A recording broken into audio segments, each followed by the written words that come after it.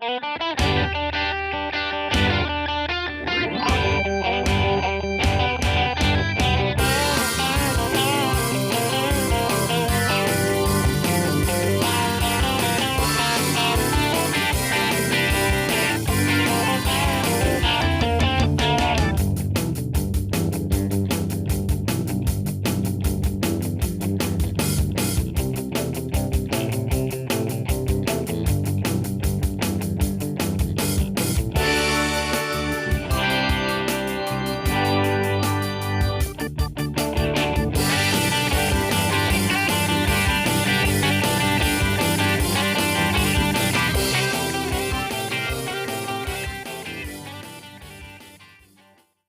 morning, everybody. You are tuned to Computers 2K now on the Nissan Communications Network. I'm Emlon, your host for the next couple of hours, along with Gal. Good morning. Good morning. And Spence is here. Good morning. I really will Good enjoy morning. it every week, Amnon, when you do those live guitar riffs. It's incredible. I mean, every week you do it perfect. It's the same. Yeah, my fingers are. And Nick is here. Hey. And Mike is here. Hey, I almost forgot. Yeah. Okay. Hi. I'm prepping him.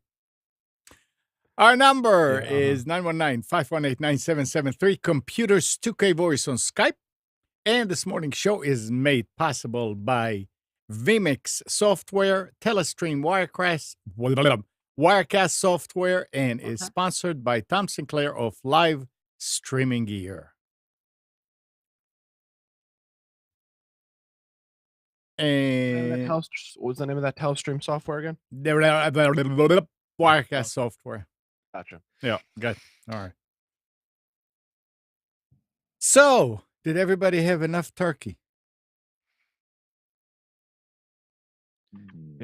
We did. It depends on how long it's been since you had it. Dana called yesterday and said, coming out to eat, but I don't want any turkey, any brisket, any burgers.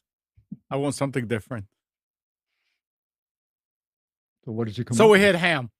Oh.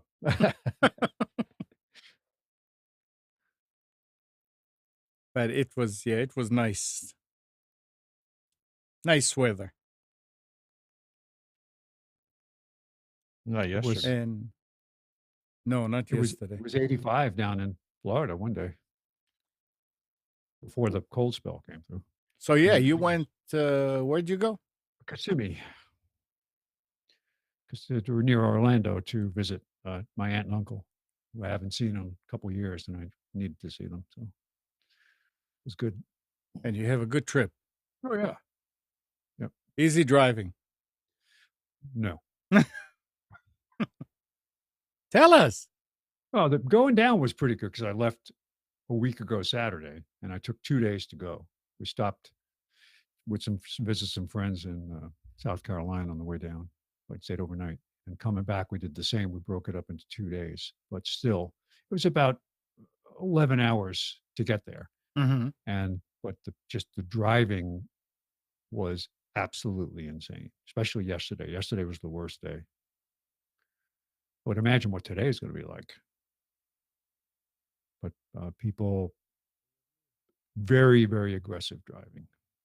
Yeah, today is probably going to be a lot worse. That's what I was thinking when you were telling me. I said, Saturday it was, I mean, today everybody needs to come back.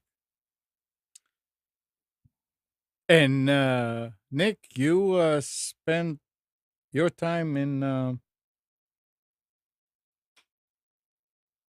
a game. I mean, what am I trying to say? In a virtual world.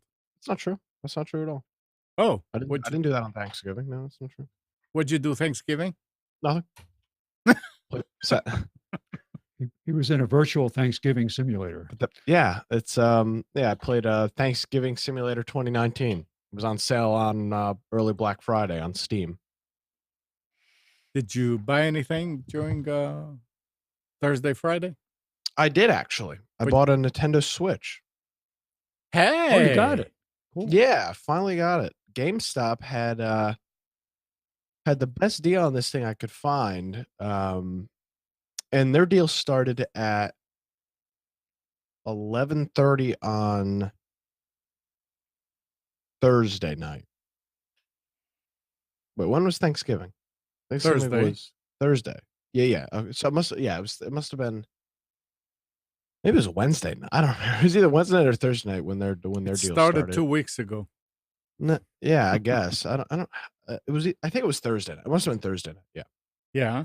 It was the Nintendo Switch console with a copy of Mario Kart 8, which is a $60 game, if I remember. $40, $50 game, $40 game, and then a $50 gift card for $300. So What is What the are thing? the? Oh, sorry. No, I was going to say, what's the normal price on the Nintendo on the Switch? $300. So I got the console for $200 with a game and a gift card. Nice. Nice. Yeah, that was the best. That was the best deal on Black Friday. So, what are the output options on the console? Anything unique? Yeah, well, the Switch is the one that I'm sure most people have seen the commercial. Nintendo's been advertising like crazy over the holiday season about it, but the Nintendo Switch is the system that you can either play handheld with 2 joysticks on either side of the system, or you can put it in a dock and connect it to your TV like a traditional game system. So it's got 2. It's really marketed for, in my opinion, Japan, where that's much more the norm to be playing. In the US, we don't really play video games remotely. We wait till we get home. That's why mobile gaming isn't very popular. People just don't do it. Um, so it's really marketed more for Japan, and most people play it with the system docked 90% of the time, but it does have the ability to pack it up in a little carrying case, and it's not much bigger than a tablet, and And get the it playing. ends come off, and these are the controllers, right? Yeah, they slide off the end and then snap into a traditional uh, controller configuration thing that would look something similar to this. Mm-hmm.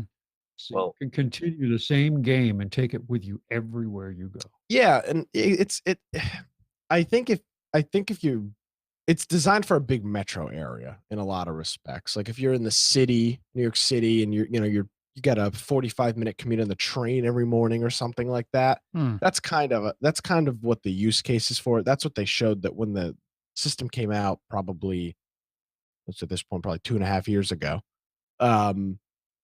The That's kind of what the use case was. And obviously you don't have to play it like that, but that's what the And use case is. and how do the games come on what media?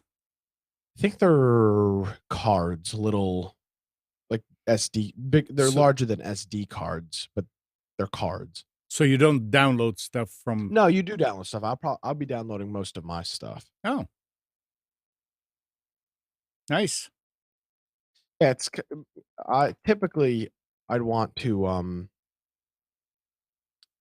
have a physical copy of a game, but since you travel with this thing, the virtual download probably makes the most sense.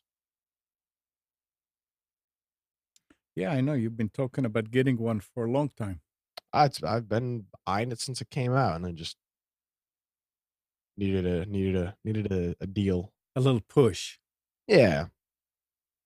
All right. Well, congratulations.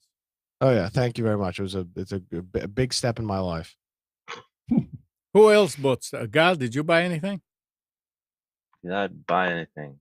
I bought a dash cam for $50 off. That's it. Hmm. Online. I think that's it. Oh, I did buy, regardless of Black Friday. My project for today is to clean the clogged up nozzles of the inkjet printer. Yeah. So I bought a cleaning package with comes all packed nicely with I haven't even opened it yet. So you see this Mhm. These are the gloves. This is how messy it's gonna be. It comes with everything, and it's gonna be. I watched the videos on YouTube. They all are like 10, 15 minutes long. That means it's gonna take at least 2 hours, and it's gonna be messy. But they That's do a it very, very clean and very, very methodical. And this is gonna be my first time, so Lay out a drop cloth, put the printer on top of the drop cloth before you even start. oh yeah, oh yeah, Yeah. oh yeah. That's yeah. When we So used yeah, to fill our inkjet cartridges, that first original experience was literally gloves, plastic. yeah, Don't do it in the house yeah. because spraying the ink in, and all of a sudden you realize that it's spraying out the other side of the cartridge or something all over the floor, and it's yeah. just So which printer is that, guy? It's a brother printer. We have it for a long time now. It hasn't failed us since. This is the first time that it requires some maintenance. So that's the one Uh, that has the tanks on the side. no, those with the tanks on the side is Epson. They have a series where you just fill whatever with bottles. You fill up Right. the tanks. That's Epson. I was looking on, I have this printer for a long time, so I was looking maybe to replace it. It's just when looking for an inkjet for any printer, right? What needs to be researched is the price of the ink, Right. price of the cartridges, right? So nothing made sense. I'm not gonna shell out 200, 300 bucks for a good printer that ink would be as cheap as this one, and buying the kit cost $15 and some, I don't know, 2 hours of work. I'll play with that first. And that's been how many years? Oh, this one's been around for a while. I brought it from Israel, so it's over 5 years, I think, Wow. And around 8 years. yeah, Yeah, and this is the first time that you have to it's the first time I need that to. is, hey, it That is already paid amazing. for That is itself. absolutely amazing because Yep. I And have never had that kind of service out of an inkjet ever. this back in Israel, this was a workhorse. This one we would print a lot. Mati, as a kindergarten teacher, she would, like, on a daily basis will have like printouts of a lot of copies, and then she would print on cardboard and laminate everything. So she used to use it a lot, a Mhm. lot. Over here, it got a little less love, but it still has been useful. So And would you? just before Thanksgiving, printing up one of the Thanksgiving cards, suddenly colors were off. So time to give her some love. So you would consider this to have been a business class printer, No, duty cycle, or no, I don't think so. I mean, that's a good question. Would I consider it a business class or not? I mean, a small business would definitely make use of it. It's not very fast. It's not a very fast printer. It's okay in that term, but the quality was excellent until now. What I like about brother printers in general is their ink is cheap, and the replacement ink is even cheaper, right? I mean, I bought a set of um, it's like a double set. So I have two blacks, two of each color. It has three colors, three separate colors, and it cost me less than $10. And this ink lasts for months on months. So half a year can go by without replacing an ink and any of the ink cartridges. So Nice. yeah, and we like this. It's been good to us. my problem's always been I didn't use the printer enough so that when I go to So use it dries. it dry out. So I there's a use good deal today on a Xerox color laser for $89 at Staples. Really? Yeah, $89 for a color laser? $89. Yeah, But how much is the cartridge and how long Oh, does it I last? haven't researched it yet. I have Yeah. I have a Dell laser. It's $250 a month $250 for the cartridges. per month. They time out in 30 days. Yeah, the Dell is great. 'Cause That's the, HP, I think, Mike. what And what the did we get Dell? the Dells? The Dell was, what was the sale, Amnon? It was like $75 Yeah, when it first. and the set of cartridges, 2 blacks and the 3 colors were like $25. It's Well, they're not that big. The cartridges are not that big, but yeah, if you're printing a lot with it, then it's going to be more expensive. But I haven't changed. I mean, what, it's been over a year now. Haven't changed the cartridges yet. and how I need to many order. packs of paper have you gone through? Maybe one, maybe not even one. We don't use it that much. So that's good, because one of the nice thing about the laser printers is if you don't use it that much, it doesn't really matter, Right, because exactly. the toner is dry. Well, it does So- matter. It does matter. It gets very dusty on top. Okay, Yeah, you got to clean the top of it. I'm okay with that. But is it a scanner or is it just a printer? No, it's just the printer. Yeah, no. So now it's a real estate issue, right? Well, I mean, This is an all-in-one, so replacing it with a It's pretty small. it's And it's it's, very small. It's nothing, and it was an added printer. I didn't need color. Kathy, because of kindergarten, she needed it, so I put it in the room where her desk is, and just on another shelf, and it's fine. I mean, I didn't think there was no problem finding the real estate for it. It's small. It's like a foot by foot or something like that. It's really Yeah, maybe 16 inches across and then 12 inches deep by about What's the Yeah. model 10 number? inches high. Hold on, I'll tell you in a second. 1760 CN, I believe, I'll look. Hold something on. like that, or AC. I can't remember, but it's 1760 or 1670. They have one. If you look for Dell Color, and it works great.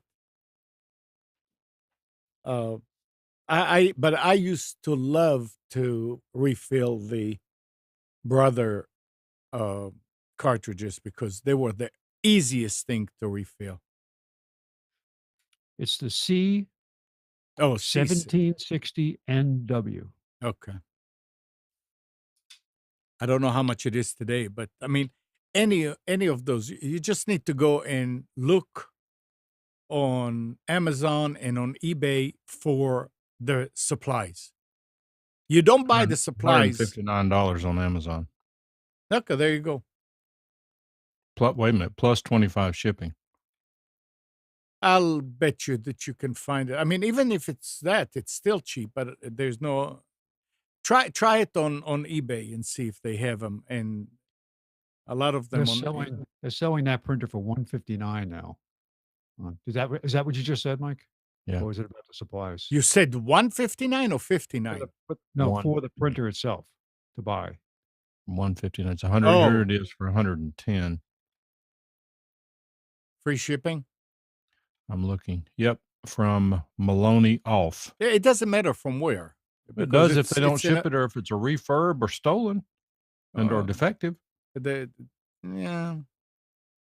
Or you can get it for 190 from Bonanza. eBay has it for 244. Sheesh.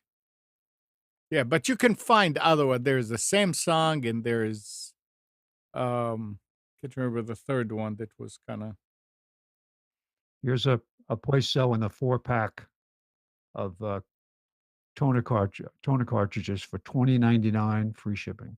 yeah, there you go. Used.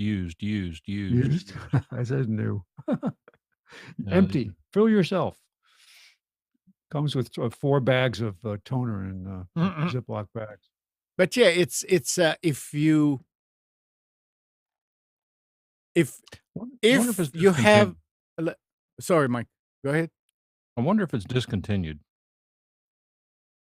I I don't wouldn't be think so. I surprised. think they pushed it and they now now it's Well, for there could be a cheap. new model for it because I mean, it's usually you get a better selection than this when you search for something like that that was as popular as that was. It may have been a closeout when you were buying them that cheap, or a reduction Oh, in inventory or something of that nature. It was definitely a special price because it was like 75% off yeah. when we got Eh, it. Was but the crazy. point is, if anybody has an inkjet, the thing that costs a lot are the supplies.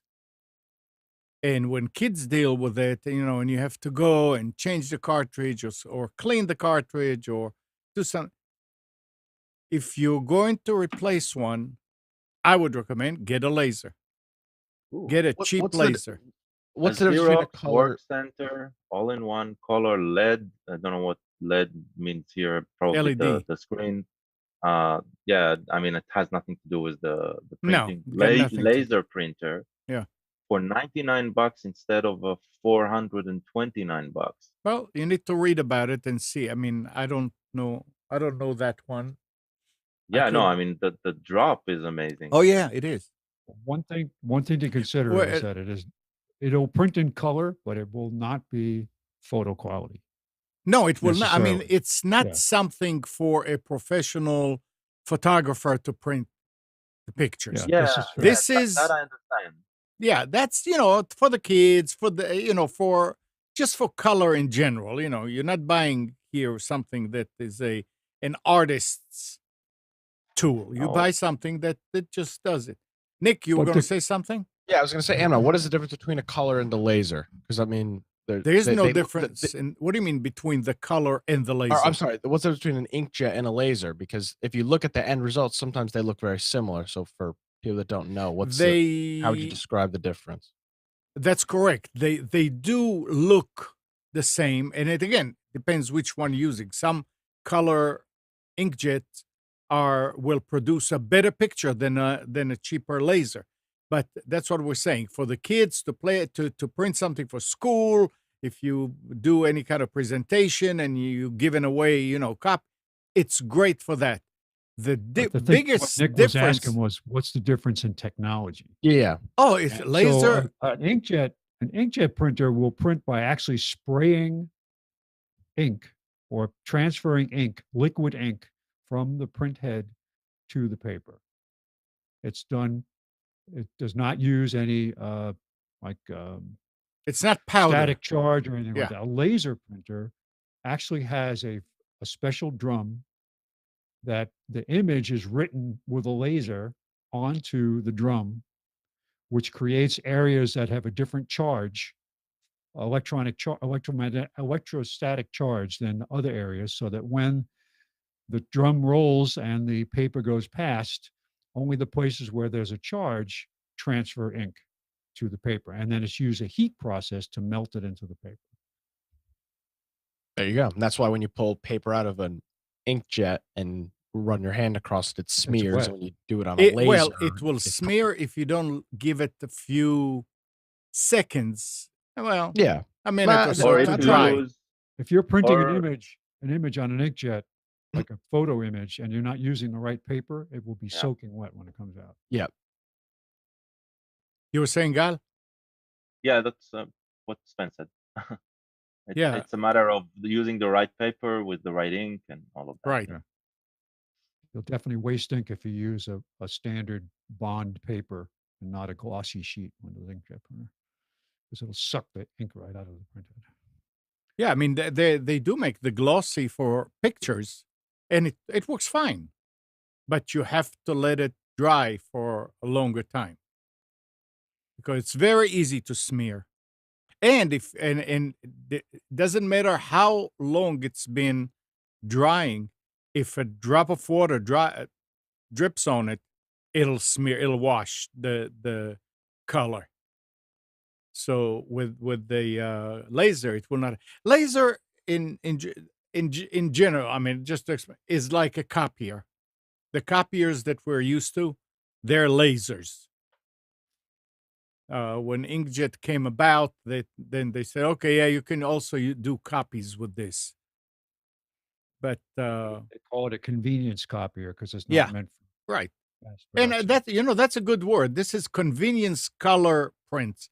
it's not nothing that you're going to print and frame to sell as a piece of art. They for the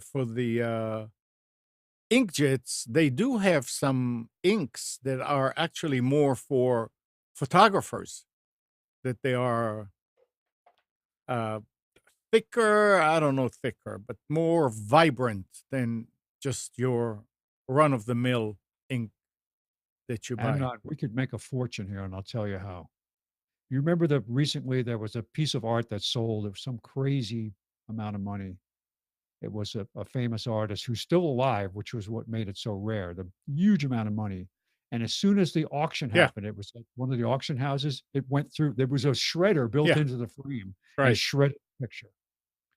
And it even became more valuable then because this is all the hype around this artist. What we need to do is we need to put a frame together that's got a color laser printer on the top, a place to display the picture in the middle, and a shredder on the bottom. And we'll start marketing this and make a big deal out of it. We'll sell it at some auction for $1 million. Mm,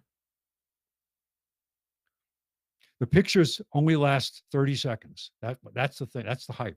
A picture, the picture's automatically sent through an internet connection from the artist at a certain time every month, and it goes through, and you have 30 seconds to view it, and then it gets shredded.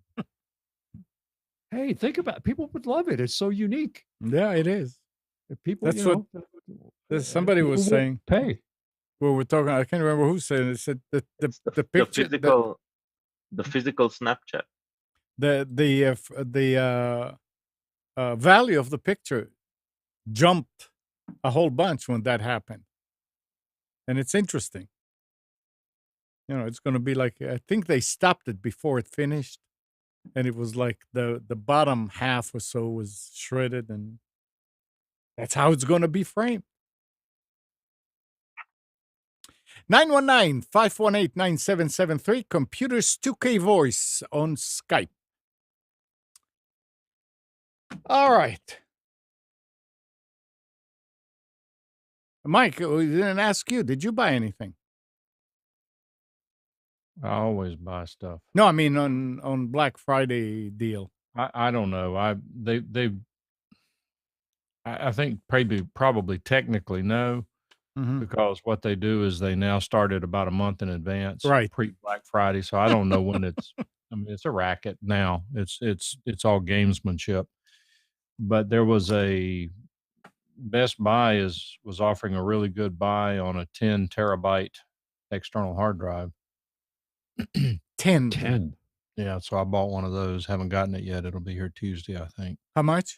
It was less than $200. Mm. And somebody said, I think my son read somewhere that this is one that you can actually take the drive out of and put it into a computer if you want to. Oh, that's good. Not proprietary. Well, Yeah. they put I don't know so much that it's a proprietary interface, but instead of going through the trouble of putting the SATA interface on it, they came up with a probably cheaper interface that provides the USB without having to go through the SATA protocol.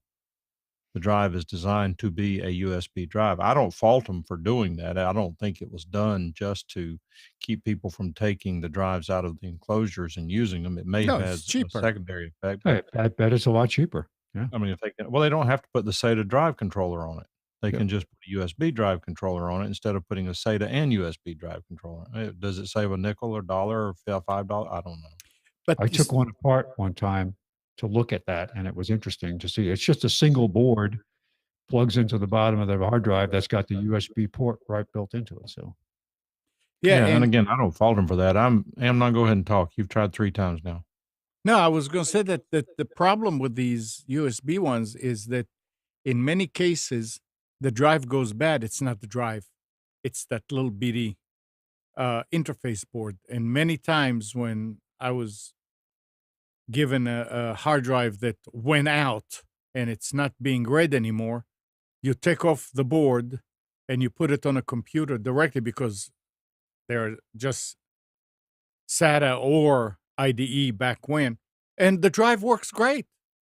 So you go and you buy an empty case if you want to use it as a USB, You buy an empty case, which has the converter in it, and you put the drive in there, you plug it in, and everything is fine. And it's that little cheap board interface that goes bad and tells you your drive is gone. The drive is not gone in most cases. Just Okay. that's it. And you were saying? You forgot. I don't know now. No, It's you gone. forgot. It's gone. It'll come back. All So right. anyway, these drives, what I was saying is that if it's, I use USB drive now. I am actually installing more USB drives and less internal drives on my machines that I'm using to store a lot of data. I've, over the next year, got to really get my act together in terms of eliminating old drives, making sure my data are copied over to newer drives. But one of the big problems I have is that I have a 6 terabyte drive, a couple of 4 terabyte drives, and they're loading up with a bunch of crap. A lot of it's duplicates. What I've got to do is find a way now, for example, on this 6 terabyte drive is probably the first thing I'm going to do is copy it over to the 10 terabyte drive and let that start out as nothing but a safety drive. If I were to lose that 6 terabyte drive, there are things on that drive that may not be backed up anywhere else. It's Mhm. hard to say. I mean, I've been doing this stuff 30 years now. There's a lot of crap that's accrued. Yeah. Yeah. How many different versions of Frogger do you have backed up? None. No. I came across when I dragged my PC-1 down from the attic, I had a whole box of floppies with games on them. Most of them still worked, despite sitting in my attic for 20 years. Yeah, I got so much stuff. I've got VHS tapes and cassette tapes and reel-to-reel tapes and old hard drives and just so much stuff around here that hard to throw out whenever there might be one memory on it. I remember that when my father was back in the 70s, he was involved in changing the entire face of the radio broadcasting industry with a docket that a petition for rulemaking he filed. And even though I had access through LexisNexis and Westlaw, I could not find a reference to it at the FCC website. Maybe it's in a book somewhere. I don't know how they categorize that stuff, but I had a bunch of old hard drives. I found a program that I talked about here previously. I forget the name of it, but was it Advanced File Organizer, not made anymore. What it would do is it would go through and catalog the files on every drive. What was unique about it is that it would actually look inside zip files and get the names of files inside zip files. Well, remember back in the 90s, whenever we were storing data, we would always zip these files and put them on a drive because hard Mhm. drive space was expensive. And we did that often. And I don't know, this hard drive, old MFM or some other drive I found, may even have been a floppy. Went through and categorized this thing, and it found a file that I saved back in the 90s that had this information on it. And I was just thrilled to find that. And of course, I saved it in multiple places now and still have it. It's one of these cases where people in the industry, I was telling them about how my father was the one who proposed rulemaking 2587, which ultimately turned into docket 8090, which ultimately doubled the number of FM stations in the United States. And they say, "Oh no, no, that's not this. That wasn't true." And then you show them this one little document, and all of a sudden they have to shut up, which is what they should have done in the first place. No? All right. Last week we talked about two-factor authentication, etc. Um, I hear an echo. No? Check. A little bit. So this week there was an article that says that you and 800 million other people can now use hardware authentication keys and no password at all to log on to Microsoft accounts used for Outlook, Office 365, OneDrive, Skype, and Xbox Live. Microsoft is using a technology called FIDO2, which employs hardware keys for the no password logon. They said last Tuesday. New version of Microsoft Windows 10 operating system and Edge web browsers support the technology. The hardware authentication keys plug into laptop USB ports, or for phones, use Bluetooth or NFC wireless communication to help prove who you are. Initially, they worked in combination with a password for dual factor authentication, but FIDO2 and a related browser technology called WebAuthN, expands beyond that to let the company ditch the password altogether.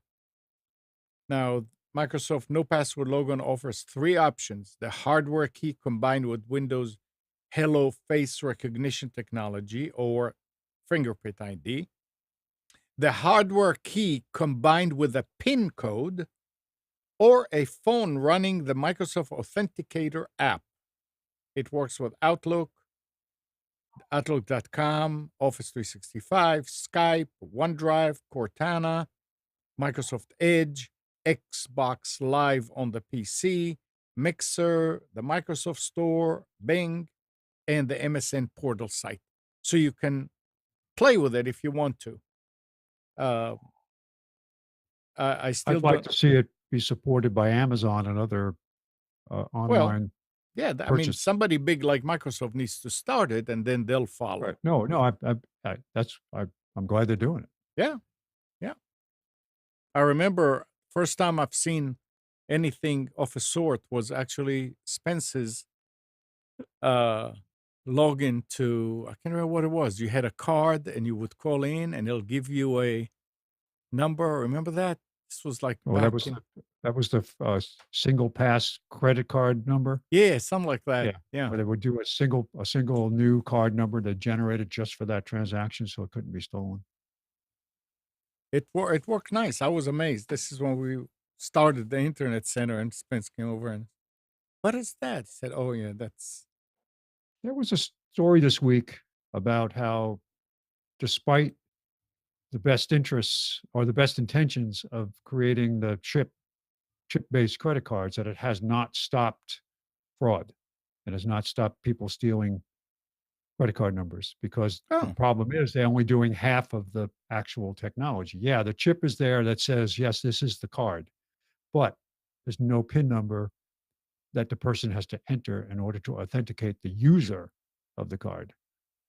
So they said, despite all this rollout, all the big deal about, oh, we're going to have this new standard, it's going to be so much safer with the chips built into the cards, it hasn't made a difference. mm-hmm.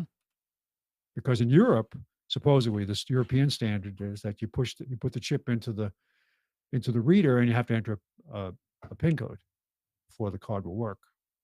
Just like debit cards. Yeah, just like debit cards, which is, I think it's not unreasonable to expect that. Or I think you should be able to opt in.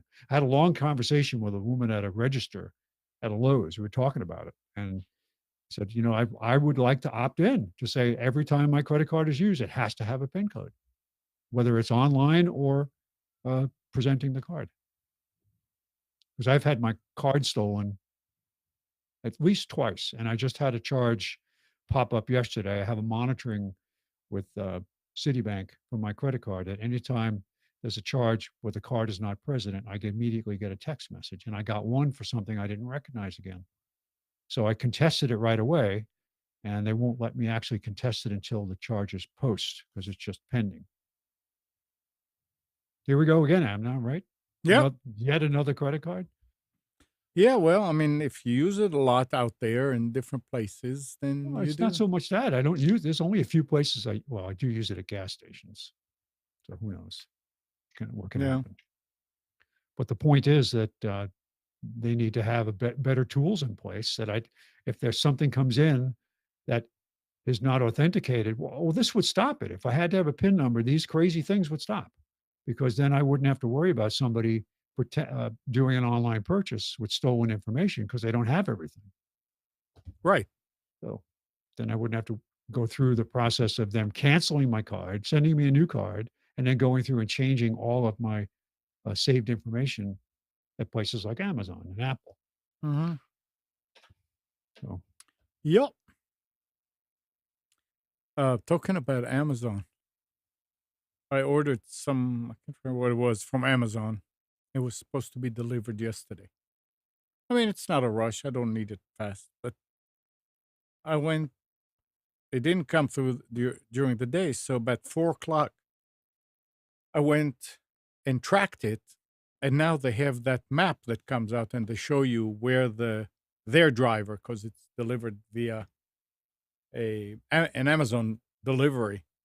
They show you where the driver is and how many stops from you. So it says 17 stops away. And the driver was right there at RTP. And I said, I don't know about that. So, no, I'm sorry, that was 6 o'clock, not 4 o'clock. So I waited and waited and nothing. And here comes 9 o'clock, nothing. And then about 9:20, I get an email that says, "Sorry, you were delayed. We're gonna ship it again on Tuesday." I'm gonna call today and I'm gonna complain that I know that it was on the truck yesterday because it showed it on the truck, but the truck that never made it out of the Durham area because it started in the Durham area, didn't really make it out of the Durham area. And it's not like you forgot to ship it. It's just a matter of not being able to uh, promise what you are. I mean, to deliver what you promise, just because I don't know if the driver is slow. I don't know if it's because there's a lot of packages, but just say it'll be delivered tomorrow or something. Don't make it sound like, oh, it's like we didn't ship it. We're going to ship it again on Tuesday and let you know when it's out for delivery. Why is it not coming on Monday? I know. Why doesn't it come today? I mean, they're working on Sunday. Well, yeah, I mean, but let's say Monday. Yeah, let's say I Monday. could see it. I could see it not coming on Sunday. Right. Yeah. I've got an interesting story. Yeah. And this is kind of a PSA to anybody that uses a service like LastPass. If you do not have a recovery option set as your password and you lose your password, you are SOL. A situation this week with somebody I know that changed their LastPass password without writing it down and didn't have any recovery options and is now locked out of their LastPass account. And LastPass will not send you a way to. There is no way to recover your password. They make that explicitly known. Yep.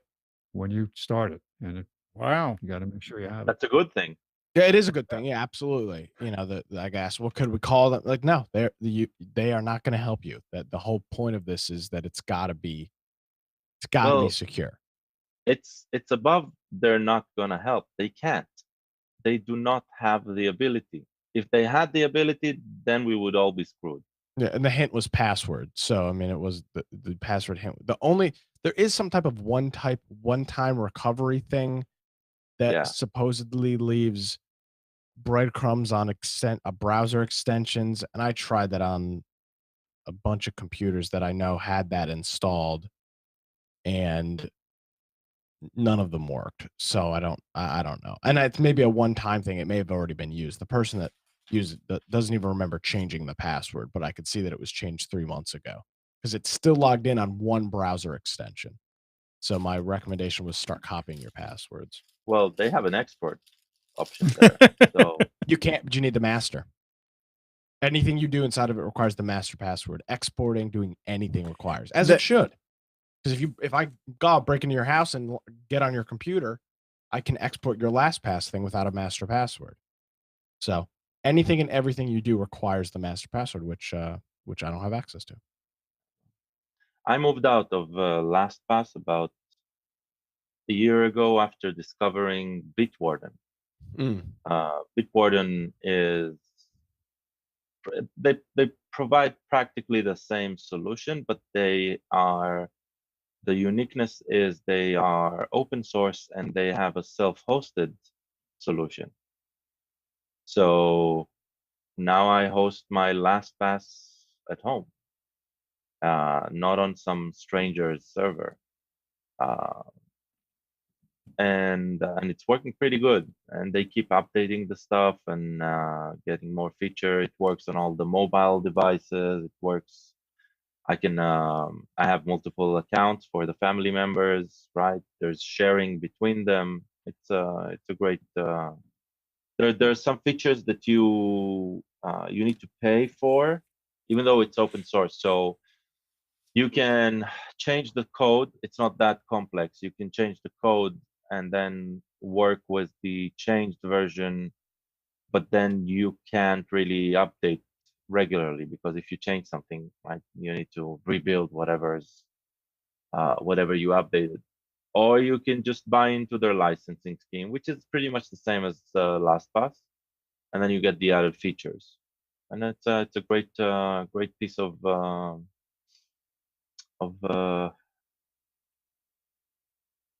of trusting where your data is.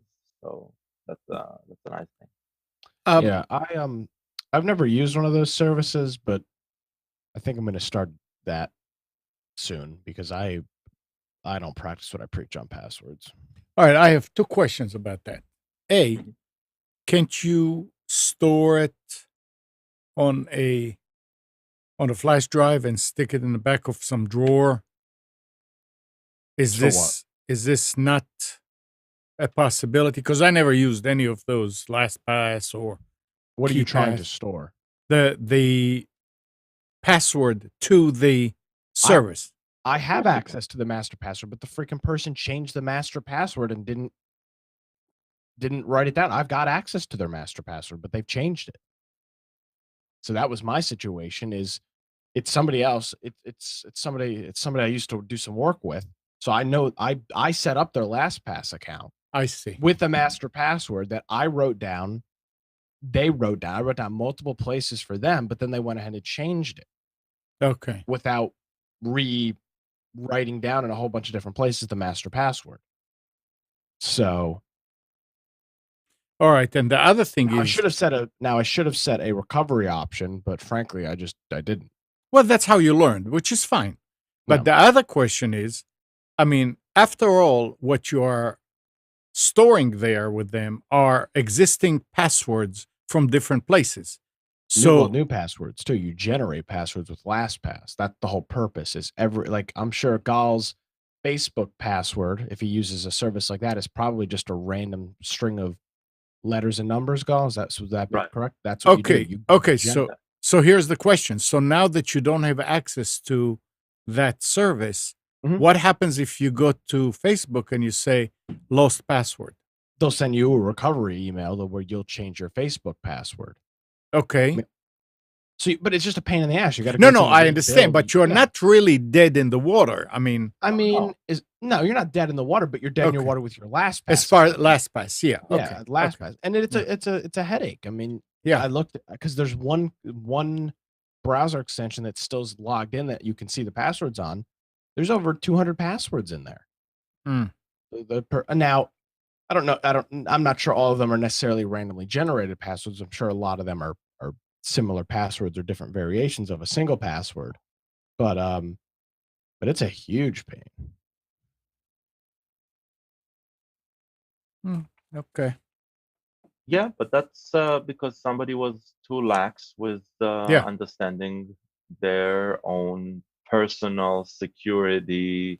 But that was not. But Nick, you were saying that it was somebody else that changed it, so somebody else had access. No.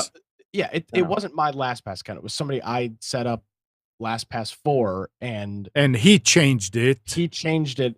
I could see based on the browser extension 3 months ago, and I verified it by going through his Gmail account and seeing that he changed it 3 months ago, but he didn't do it. He didn't do it right. He did not write it down. The password to. Yeah. So one of the things that happens is the whole idea of LastPass, right, is where you trust it, you tell it to remember the password, right? Yeah. Not only that, is when you use two-factor authentication with them, then you can make it so that even though it remembers the password, it'll ask you for the two-factor authentication code, let's say when you restart the browser. So you don't get to enter your own LastPass password that much, but it's still secure because only somebody with the two-factor authentication code, which changes all the time, would be able to enter. So because the LastPass password is usually something very, very long, very, very complex, right? Because you want it to be very, very hard to be hacked. So if you change that, it's one of the even though it's probably the only password that you will actually type in, this is a password that you will rarely type in. So it's easy to forget it. Mm-hmm. And yeah, and by design, what happens between your browser and LastPass's servers is that only encrypted data is synchronized between the two, and their server never has any access to it. It's usually encrypted by a very large key. So unless they give you the encrypted data store, right, and you apply a huge amount of CPU power over, I don't know, a couple of months, then maybe it can be hacked, right? It's not easily hackable. So it's safe. That's the whole deal, right? It's safe. It makes it safe on them. By the way, they do have a recovery option. I can say I've never activated because it means, do you want us to keep a non-secure copy of your data somewhere, right? That's the logic of keeping some recovery process that is relying on your email or your phone or whatever to a third-party company. And that's why I wouldn't recommend anyone activating that recovery process. I would say make sure you learn how to keep track of your master password, right? Hell, open 2 LastPass accounts, right? For the basics, they're free. Have one LastPass account, hold only your master LastPass account, and have the other one, right, pointing to that. So at least you have some sort of backup in one of them, right? And you can go back and forth. That sounds better than having a recovery option where LastPass, by sending an email and a link and approval, can open can help you recover the lost password. One of the recovery options is an SMS, which I know, Gal, you're not a fan of, but I think that's I mean, for most people, I think that's a fine. If the option is that or no recovery, I would absolutely. If you're going to use something with LastPass, you need some type of recovery option. You need something. You need something to get access to your data. I know us tacky people will we might not, but if you need access, you need a way to recover your account. I would give the password to somebody else that I trust rather than give a recovery option by SMS. The whole problem with the recovery option, so you know what? Then the other solution that I mentioned is use another LastPass account, right? That you have the password in your LastPass. So LastPass A and LastPass B, right? LastPass A has the password for LastPass B, and LastPass B has the password for LastPass A. There you go. That is better than doing. But that thing that would have not solved the problem that Nick is having you need now. a recovery option to actually recover the account when you've got a non-tech person right managing that account, changing passwords, and not knowing what they're doing. And that's when. No, but this would resolve Nick's problem, because the password for LastPass B, right, would be stored in that LastPass, and you could get whenever. Well, it wouldn't though. This person just changed it without a whim and wouldn't have, and didn't write it down or put it anywhere. That's part of the problem. problem. That's the thing. That's the problem. If it was an automatic thing, yeah. That's But why I the- wouldn't do the, yeah. the recovery. That But let just me ask you shows this. how easy it is to But let me ask you break. this: when you log into your LastPass, Mhm. can you log into your LastPass account? Log Yeah. in and Yeah, see all the passwords. Yeah. Can you Well, that's only download? if you have the pass. That's only if you have the master. I understand. Password. I understand. So when you set it up and you put all the passwords in there, can you go in there and download the whole list? Yes. Yeah, It- but that would be unencrypted. I It's understand. an I Excel understand. spreadsheet of passwords. Yeah. Right. So and you put so you could put that spreadsheet into a flash drive and hide it somewhere, You like could, yeah. like under a rock somewhere, right? Yeah, I that's a- mean, that's a solution. theoretically. And then if Yeah. something like this happened, at least you have the majority of them, and you could. It's just like I a think that- backup. I would say that's probably a better solution than what Gulf's talking about, the recovery option. Have it printed out and put it in a safe in your house or Yeah. bring it, put it in somebody. And just like a regular backup, and do it Yeah. once a month, once a week, whatever. No, I mean, with passwords, once you set up a majority of your accounts, you realistically, as you said, Amna, would be good to Yeah. go. Yeah. You just do it. All right. Okay. Hey, Spence, you want to do the specials? Looks like he stepped away for Okay. a moment. I don't know. I've never used it. I use the browsers to keep the password with the master, and Yeah. So here's the problem. no, theoretically it's a problem. I know. The problem is that those stores are not really encrypted well. Well, what I did do when I was using Chrome is I stopped them from mirroring it to their, because if you use Chrome, it's on your computer and it's on Google password something. Well, Chrome Passwords.google.com. today the solution is better, right? So even if you sync to Chrome or if you sync to Firefox, it's okay. The main problem with any storage encrypted storage solution is what is the most popular. So Well, yeah, the popularity because attracts. that becomes exactly, that becomes the main vector of attack. That's how they call it, right? So it used to be a time where Internet Explorer was the main vector of attack because that was the most popular browser, right? Right. You know what became the most popular vector of attack after that? Flash, right? And after Flash, oh yeah, that's true. Yeah, because that was running on Macs, that was running on Windows, that would run on any browser, right? After that, that became dwindling because the product was used less and less. mm-hmm. The main vector of attack became PDFs. Yeah, because they could run JavaScript, right? Yep. So main vector of attack changes all the time. So now the question is, what are you looking for through those attacks, right?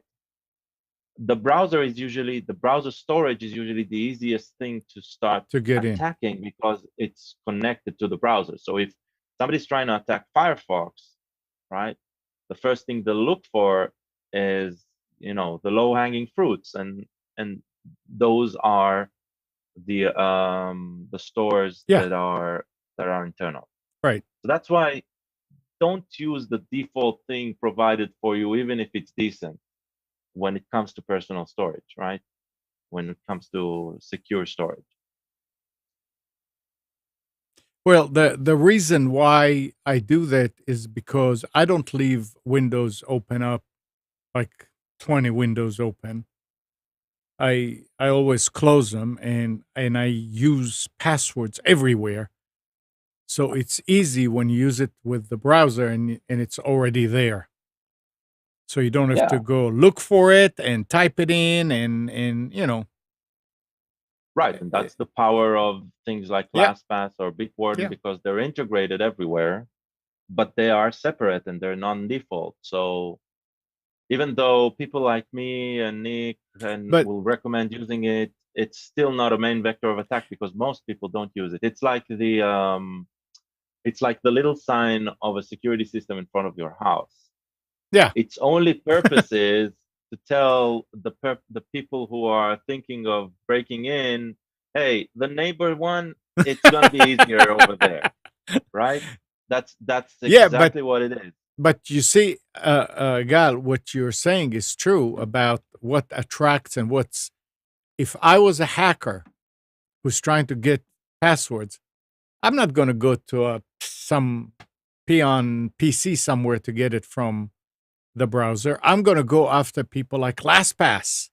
I'm going to go after these sites that when I get something, boy, do I get a crop. Well, nope, because they haven't depleted the easy targets yet. Oh. And it's a lot easier to harvest automatically content from a very low security solution, right? Than actually attacking something that is a fortress. So Okay. you don't go and rob the main bank. You go and rob a very rural branch, right? That'll be a lot easier. That's the thing. Oh. Something to think about. Definitely. Of course, then you find out that the cashier holds a gun under the lap. So. Well, it depends where you go. In North Carolina, yeah, it could be. So is Spence back? Not yet. No. All right. There was something, some warnings. Be careful what you're downloading from Google Play, especially if it's one of 13 apps posing as driving games created by one developer called Luis Pinto. Okay. It says more than 560,000 have already been tricked into downloading the games, which include a mix of luxury car and truck simulation apps.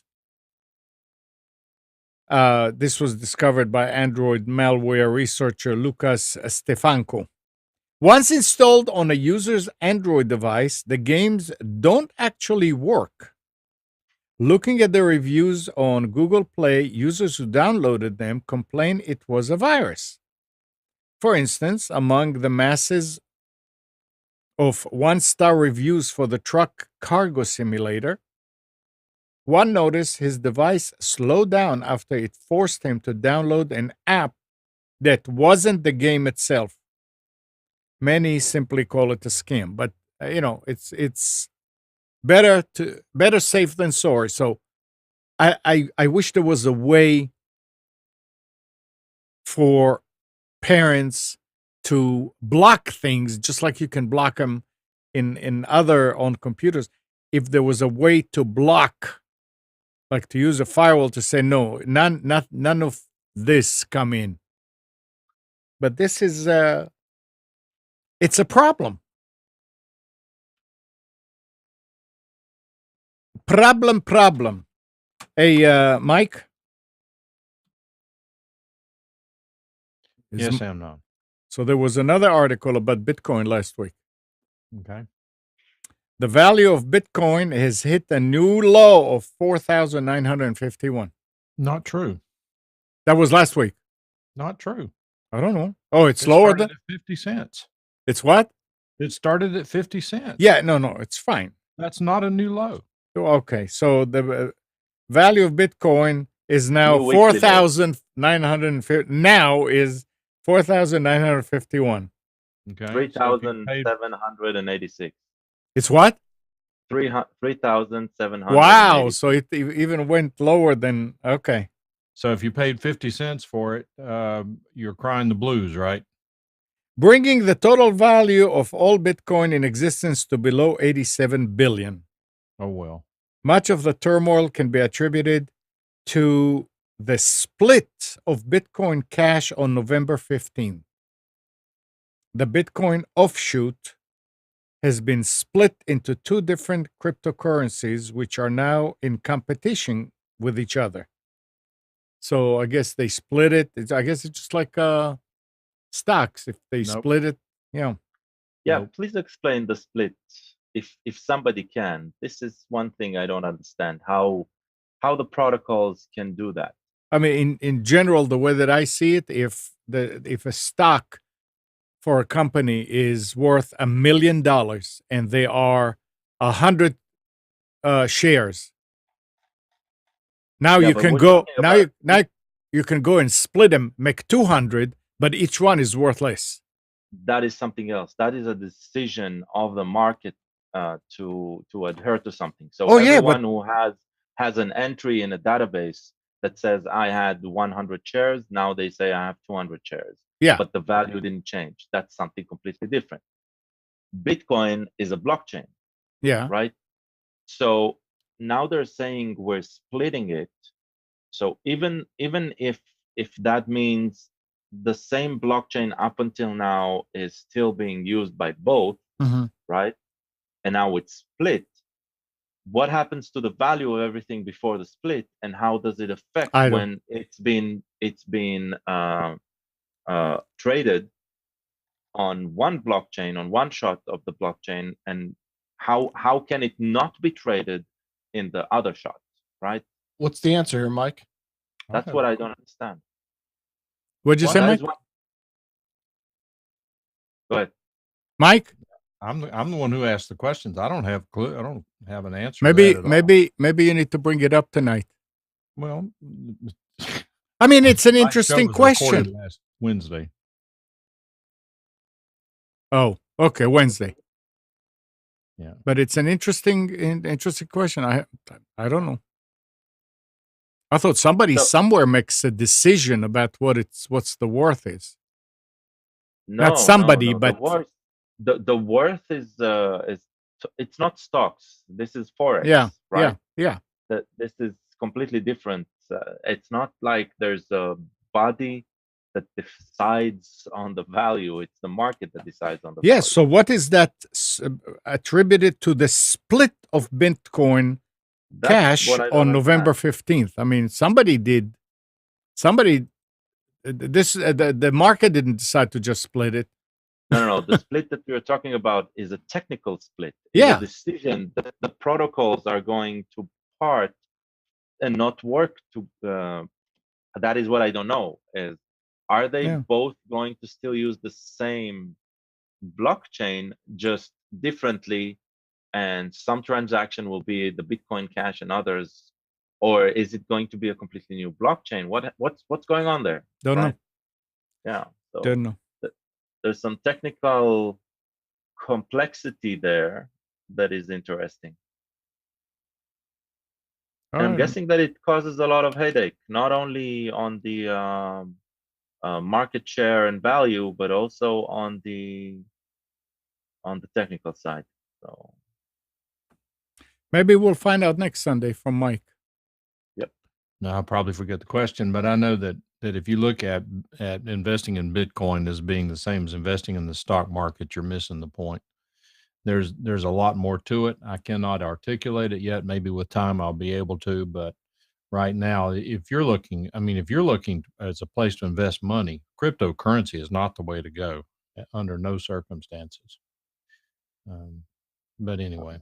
Anyway, That's the wild, wild west right now. It is. People don't understand it. We don't understand it. A lot of the people involved in it. But you look at a Bitcoin being worth $4,000. What if you got it for nothing? Right. A lot But of most people got them for nothing. Well, not most. A lot of people got them for nothing when they were mining them. Yeah, and most of these either don't have had lost track of what they look for, because when they were looking at it, it was just an interesting exercise, right? So it's and others they have lost it somehow, right? Well, what's interesting is that if you had this issue going on right now with the stock market, you'd see a major sell-off. I have not seen, it may be happening, maybe I haven't seen it, that would be fair, but I haven't seen this major sell off. In fact, a lot of people now are buying because they're saying that, for example, the Litecoin is the one I follow. And I believe at some point it had gotten up to $300. They're predicting it's going to get down to 23. Hmm.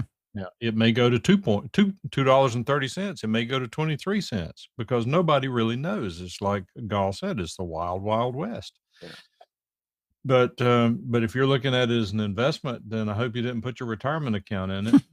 But I will tell you right now that the people I know who are involved in it, they are not deterred in any way, shape, or form with their enthusiasm for Bitcoin and cryptocurrency because of other aspects that really don't register with me yet. I'm beginning to understand it, but it's a very slow process for me. All right. Hey, Spence, Hey, Amnon, are you ready for? I'm ready. Yep. We Okay. can do it. You what? We can do it. Let's do it. All right.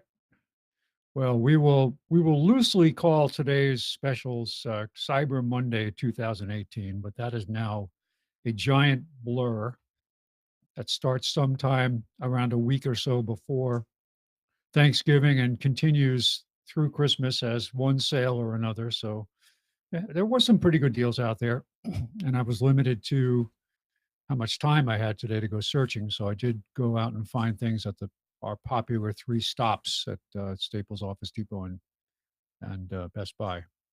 But I encourage you to go out there and look because even as I'm sitting here looking this morning, new stuff is popping up, prices are changing, and you just never know what you're going to find out there. So it's not hard and fast like it used to be. So starting with Staples, we have an Acer i3 desktop for $299. That's 25% off. It used to be $399. Excuse me. We've got a Dell i7 desktop for $599. That's 22% off. Used to be $769. We've got an HP 14-inch Intel i5 laptop, 41% off. Used to be $629, now for $369. And we have an HP 14-inch laptop, Intel Core i3, 33% off. Was $479, is now $319. If anybody's interested, excuse me, in an Amazon Fire tablet, the low-end one is selling for 40% off. It used to be $49, it's now $29. Dell 27-inch LED monitor with HDMI and a speaker system is 57% off. It used to be,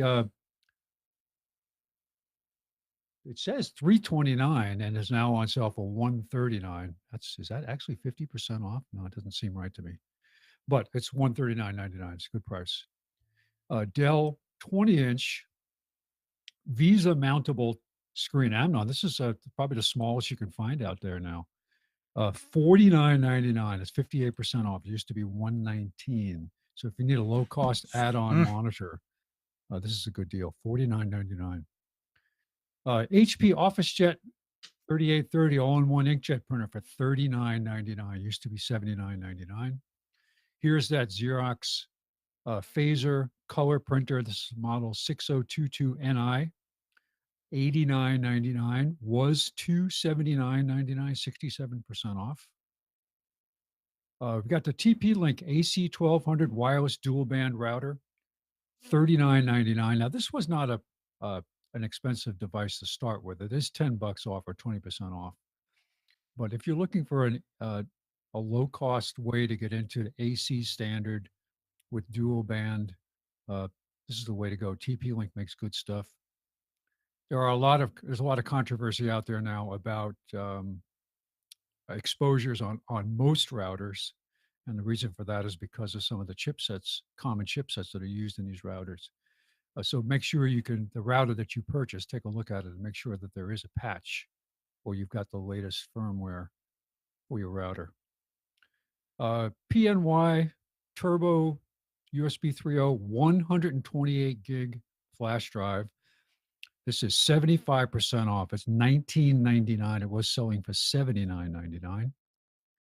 And we've got a Seagate 4 terabyte USB 3.0 desktop drive for $89.99. That's 18% off. It used to be $109.99. That's all at Staples. Office Depot Office Max. You can save $180 on a Dell 15-inch laptop i3 for $319. Got an HP 13.3-inch i5 laptop, save $150, get it for $649.99. HP Envy i5 desktop. This is $200 off. It's $599.99. Dell desktop i3 for $399.99, save $130. 22-inch Dell LED monitor for $79.99, save $50. Acer 27-inch LED monitor for $129.99, save $70. This is a good deal on a laser printer. I mean, you do typically see some in the $50 range. But this is a Samsung Express wireless printer. Usually you don't see wireless ones for this cheap. Usually they're USB attached. So Samsung Express M2024W monochrome laser printer for $49.99, save $50. And a Canon Pixma wireless inkjet printer for $29.99, save $50. So if you need an entry-level casual use inkjet printer, there you go. Logitech wireless keyboard MK320 for $17.99, save $22. Got a Linksys AC1200 dual band router for $59.99, save $30. Western Digital 4 terabyte USB 3.0 portable drive for $89.99, save $70. And Roku Ultra, the model 4660R, is $59.99, $40 off. This is the one that comes with the built-in headphones in the remote. Makes quiet listening easy. All right, that's all at Office Depot Office Max. And I don't have as many items at Best Buy because their format on their webpage today was just absolutely terrible for trying to do cut and paste. If I wanted to put up more items, I would have had to done for each individual item 3 cut and pastes just to get one item there. So I went to their actual weekly ad, which has some good deals in it, but Best Buy is kind of all over the place on their webpage today. It was not that easy to navigate. Okay, so they have a Intel Core i3 convertible laptop from HP. This is the kind you can flip back on itself, and if it goes into tablet mode, it is a touchscreen i5 for $649.99. That's $200 off. They have a Linksys MaxStream AC2200 tri-band Wi-Fi router for $129.99, save $70. They have an Epson Expression Home XP440 wireless all-in-one printer for $49.99, half price, save $50. I have an LG 24-inch monitor for $109.99. That's $90 off. Now, one thing we don't typically talk about with monitors is there is vast differences in quality and function between IPS and different types of connectivity, whether it's VGA, HDMI, or whatever. So look at what you want, look at the computer you're trying to connect to, make sure you buy the interfaces that you need. So those things need to be taken into account. If you have an older PC that all it has is VGA, make sure you don't buy one that's only HDMI, because then you have to buy an adapter, and then you're going to lose image quality by going through that conversion process. Okay, Dell desktop i5 for $529.99. That's $100 off. Samsung Galaxy Tab A 10.1-inch tablet for $159.99, save $120. This is a great price on this SanDisk USB. This is the USB flash drive that you stick into your laptop, and it's so small that it's literally can stay there all the time, kind of like a little Bluetooth transceiver or a mouse transceiver. SanDisk Ultra 128K USB 3.1-inch flash drive, $24.99. That's $95 off the regular price. You could use this for a backup scenario for your laptop while you travel. You don't want to carry around that big drive with you, but you want to keep your documents backed up on a regular basis. Run some backup software and keep doing real-time backups to your 128 gig flash drive. And finally, Western Digital 2 terabyte USB 3.0 portable drive for $59.99. That's $70 off. And I also included some links here on the last page to different Cyber Monday search sites. Some of them are generic sites that give you deals across the spectrum. I do include Fry's and Walmart on here. They're direct connection to their sites and to Overstock, because all these folks have good deals. And we're not just limiting it to computer stuff and electronics and other things. Lots of stuff being sold on Cyber Monday. And that's it for Computers 2K Now for today is what, the 20, what is today anyway, the 25th? 25th of November. Yeah. All day today. All day. All day. Hopefully. All right. And let me say again, and if you can watch it again, or you can just go to computers2know.com/specials.pdf and watch it, or if you right click, you can download the it. PDF. You can download it. Yeah. Click on the, these are live links in here in the PDF file that you can click on and go to those sites. Some of them are pretty long here. The one from CNET. Yeah, but it's okay. I mean, if you have the file, it's okay. Yeah, you got it. Thanks, All right. Spence. You're welcome. 919-518-9773, Computers 2K voice on Skype. Had a customer that a computer died yesterday, Friday. I mean, one of our sponsors, Carolina Apparel, and sent them to Office Depot, which was close by, and an i5 HP was $399. Really? New? Yeah, brand new. Was it a current processor or an older processor? Or? I don't know.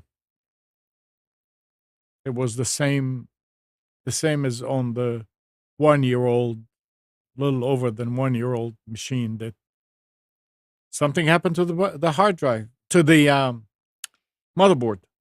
It just won't come up. And Mike, talking, I like the eye test you put up here. Talking about that, tell me if any of you ran into that situation. So it had Windows 10 on it. Of course, I didn't do any updates. And I don't remember which Windows 10, but I'm assuming it's home. When they brought it up, I mean, I put the passwords and all that and whatever his daughter was telling me to do. But then she called and she said they don't want to have that kind of password. So I said, so go change it. So she said, where? So I went on Kathy's machine and looked for it, and it's in, you right click, you go to settings, you type control panel or password, it'll come up, and there is a section under accounts that says change your password. But when you click on it, it comes up and tells you that you need to download an app in order to be able to change your password. Now, the one that I have on that machine is Windows 10 Professional. So I don't know if that's a difference, because what would happen then is if you click, okay, download the app, the browser came up and said, unable to load the page. So I said, are you sure you're on the internet? Yep. I can go to different places. So I figured, okay, it may have something to do with updates. Maybe they did away with something and added it or took it out of updates. I mean, somebody should be able to change their password. Pretty easy. They don't have to go through all this rigmarole.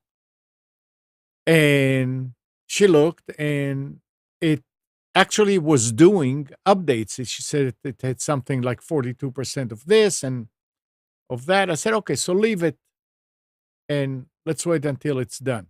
She called about 6 o'clock and she said it's still on 42%. One of them, other ones are saying ready to install, ready to install, ready to install, ready to install. But it wasn't doing anything. I said, okay, so restart the machine and see what happens. So she did. It was still on that. I'm saying, do you see anything that's asking you that if you want to allow this to happen? Even though I was saying, 42%, it's already done halfway. And she found one. And I said, okay, so tell it to go that you're allowing to do it. She did. Didn't make any difference. So I told her, I said, let's just wait until tomorrow and see what happens. Till Monday and see what happens with those updates. If it's not done, you're going to have to call HP because I have no idea what to do at that point. I don't know how to cancel those updates. I mean, we turned off the machine and turned it on, and it was still at the same place. Did you guys run into anything like that you couldn't change password? I mean, when you Google about changing the password, they tell you exactly to do that. So And- it's Windows 10. It's Windows 10. So there's a good chance that the whole reason they need some additional application to change the password is because the account is the same account as it's a live account. It's a Microsoft account. What they started with Windows 10 is to link your local machine account to an online account. Right, and I did So- set it up for that also. Right. So maybe all she needs to go is just log in into her Microsoft account and make the change there. And that's what the app is. It directs to that URL, and something changed, and the update you're mentioning maybe isn't redirecting there. Okay. So maybe she can just bypass. So that's for the password, right? Yeah. For the update, need to see. I'm pretty sure there is a way of telling it, kill this update and try again or something like that. Yeah, and But when There's a you way Wow. there's a way to reset the update library essentially, and you can say it's not. I've done it with Windows 7. I don't know how to do it with Windows 10 if it's different. But I had people who were stuck in an update loop at one time, and I had to go in and basically delete the file that kept the record of updates. It took a while to get everything back up to snuff again, but it cleared that error. It was just no way getting around it.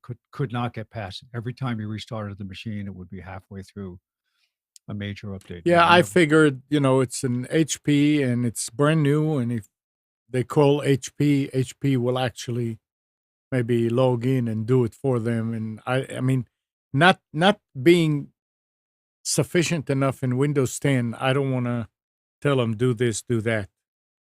Well, if she waits long enough, she'll get a call from India from Microsoft, and they'll help her. Yeah, Mike. Or maybe I should take some of the numbers that called us and tell her to call. No. Sure. No. Make sure No, she they- has a convenience store nearby so she can go down there and buy the correct number of gift cards. Windows Update gets wonked quite often. There are numerous ways of dealing with it online, including deleting. I don't remember what the name of it is, but there's the data store that Spence was talking about, where you go in, delete it, and it will come back and Restart. it rebuilds it, and it takes a while. I mean, That's it's fine. surprising how long it takes. But let me also suggest to you that there is a function built into Windows 10 under, I think it's called drive cleanup or disk cleanup, something like that. When you go into it, you keep clicking, and one of the options is to delete installation files that are no longer used and to delete Windows Update files. There's a tremendous number of files on your hard drive that are not needed if you don't need to roll back to a previous version. So there's some danger associated with it. You certainly, if you're going to do it, need to make an image of the hard drive before you start screwing with it. But if you go through that function, I've done it twice. I've done it on 2 different computers and went through and cleaned up all this crap. Whenever I rebooted it in Windows Update, it took, I think, 30 minutes to an hour in Windows 10 for it to go back and to rebuild the database. And then after that, it worked like a champ. Things get lost over time. That may be something worth considering. Okay. John is saying when an update fails, you can get the update number and download it from. That's another good point, sort of. And that is that when you have a problem, when Windows Update gets stuck, when you go back into the Windows Update icon a page and it says 54 updates are available, click here. The critical ones will automatically be checked. Uncheck them all. Check the first or second one or the one that's the smallest size. Just update that one and then reboot. Then update the next one and then reboot. After you've done 3 or 4 and rebooted each time, then try to run them all. I had that happen a couple of weeks ago and it worked fine. That's All similar right, to we'll what wait John until was saying. tomorrow and see what happens with the computer. We'll see. All right. 919-518-9773. Computers 2K voice on Skype. Come on, guys. Call in. Let's take it in the direction that you want to see it going. All right, I'm going to take the direction I want to see it go. Okay, go ahead. I had a scare last night. I have a Zebra LP2844 thermal label printer that prints up to a 4x6 thermal label that's used by a lot of companies for shipping purposes. Mm-hmm. It's very similar to what you see if you get a package from Amazon or one of the big companies. They use these. They're about $400 a piece. Yep. I have had this one many years, maybe 10 years. I don't know. I don't know how long I've had it. It's been a long time. It actually was stored for a couple of years. When I started trying to use it again, it didn't work so hot. It was dry rotting, I guess. Well, I kept printing some things on it, and I went to maximum color intensity, not color, but print depth and so forth, slowed the print speed down. Anyway, I got to the point that it actually is doing a great job printing labels, and they look really good. But I'm crazy for label printers. I really like labels for a number of reasons, but I've got label sizes like you wouldn't believe. I even bought some to fit the end of a Acro Mills parts bin cabinet so I can go in and relabel all my parts bins with my many parts in them. Anyway, last night I started looking around for other purposes, and there were several notices on the Zebra web. They're still in business on the Zebra website. It's talking about the various fixes through the firmware. I said, well, I've had this thing forever. I don't know. Maybe I need to update the firmware on it. First off, I could not find a way to tell what firmware version was on the printer. So I decided I would then try to figure out how to update the firmware on it independently. So their website is just terrible. I looked for a document. Here's how you do it. 1, 2, 3, 4, 5. Well, I sort of found it and I sort of didn't find it. It didn't cover every step.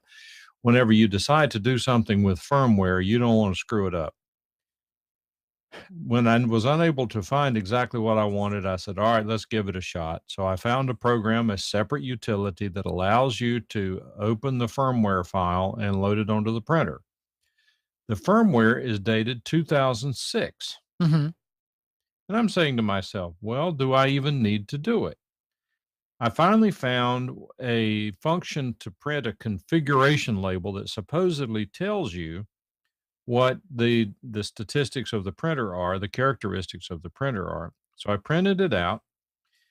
There's nowhere on it that it says what the firmware version is. It says a serial port 96N81, believe it or not, image buffer 225K, available memory. It's got all sorts of things here that don't really mean anything to us mortals. But up at the corner was a V4.26. Mm-hmm. Well, I'm looking at this and saying, 4.7 was released in 2006. What is the likelihood that my firmware is 4.26? I got brave and I decided, well, I'm going to take a shot at it. Hopefully, this thing is smart enough that if I try to flash 4.7 and it's already on there, it'll say you don't need to flash the firmware. Hopefully, yeah. Or if it's anything else that doesn't line up with it, then okay, then it'll it'll just give me some error and keep me from doing something stupid. Went through the process, downloaded, had to find 4.70 from a place other than Zebra. I'm sure it's on Zebra's website, but I could not nail it down and find it. Went through the process. Yep, everything's loaded just fine. And I looked down, green lights on the printer. I said, wow, that was good. This is good. Then I printed a label. It spit out 4.5 labels and then went into an error. Okay, well, it needs to be reinitialized. Recycled the power. Did the same thing. Went into the program that for example, the driver can be used to resend the setup criteria to the printer. Did all that. Did you change Did the same driver? thing. Huh? Did you change the driver? I even checked to make sure the best driver was already loaded, but I went through that processor again, loaded Okay. a Windows 10 certified driver for the printer, which was available. All of it did exactly the same thing. Mm. I'd say, well, sometimes you just leave well enough alone. I then started poking around in the driver, got to a certain, and there are about 15 panels on it. Finally got to this one place where I saw a little button down at the bottom that said calibrate. Well, I clicked on calibrate, and about 2 minutes later, everything is back to normal. Wow. Nowhere have I found anyone saying to do that or to click on it or whatever, but did I get any benefit from updating the firmware? I don't know. But considering its end of life, it was discontinued in 2012. I figure it's best to get it downloaded and updated before it goes off into oblivion. But I've got a real problem with label printers. I've got 1, 2, 3 sitting right here, 1 spare stored, and I just bought another one 3 days ago. Well, Marshall, the big kahuna that used to be on our show years ago, is using them in his company. He's got 2 of them for labels because The zebras? they're printing hundreds or thousands of labels every day. He's probably And got a $2,000 version. no, it doesn't. He's got the old ones. And he did tell me last week or week before last that one of them stopped working. And he said, do you have any idea? I said, I have no idea why that would do that. And the next day he said, oh, everything is working. Oh, well. All right, let's see. Who do we have online? It's Mike in Fuquay. Hello, Mike from Fuquay. Soon to be not from Fuquay. I'm looking for some information and some recommendations. I'm going to be moving shortly, building a house, and I'm looking to possibly install something. I think it's called a mesh system for the router. Really? Your Wi-Fi system would be a mesh. Yeah. Okay, yeah, that would be for Wi-Fi. Now, I'm other than the computer or a laptop or something, I don't like Wi-Fi, specifically for home automation and security. I like that stuff to be wired. But what does this mesh system actually do? What it does is it's instead of having multiple Wi-Fi access points throughout your house connected with a wire, like you wouldn't have to run a wire to every room. You want to build a system out that can cover your house completely. Most people have one access point router, right where their cable service or their internet service comes in. You go off to the far part of your house and the signal's really weak. Right. Right now I have a router in one room and I have an extender plugged in at the other end of the house where I am now. Is the mesh system better than having extenders? Yeah. Yes, in that what it does is it sets up a load balancing backhaul network, one that connects each of those mesh access points together. You don't see this part of the network. This is hidden from, this is not part of the, not a Wi-Fi network you would log into. But what it Okay. does is it will now connect all of those. There's one of those routers is connected, one of those Wi-Fi routers is connected to the physical cable. The other ones are connected to each other across this, what they call a backhaul network. Okay. And what that is a wireless network dedicated to just connecting those Wi-Fi access points together. Once you do that, as you move around the house, it will automatically hand off much more gracefully than if you had Oh, separate okay. routers. So as you move, So I it'll don't switch. have to switch my Wi-Fi setting from the No. main router to an extender. That's the benefit of a mesh is that Okay. it appears as one connection. It depends on the device. I mean, each company that makes this might have a different approach to it, but the value of a mesh is that you can move from room to room, and then it will detect a change in the relative signal strength and move you to the other access point because it's all the same network. It's all the same SSID, the same credentials. So all it does is hand you Okay. off to the closest transmitter. And what I'm going to have is a ranch of around 3,500 square feet with a full basement and a full access attic. Is there any kind of recommendation for a number of auxiliary units? 3,500 square feet. It depends on where your internet's going to come into that house and where it's positioned.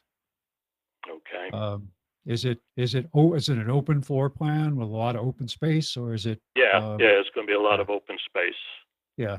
So you might want to. You can go with a system. You can start out with like the Cisco product. There's several products out there, and if when we're done talking in a minute, I'll go ahead and just go online and I'll talk about the different kinds. But you can go with. Yeah, I was going to ask for a single, recommendation of a brand to look at.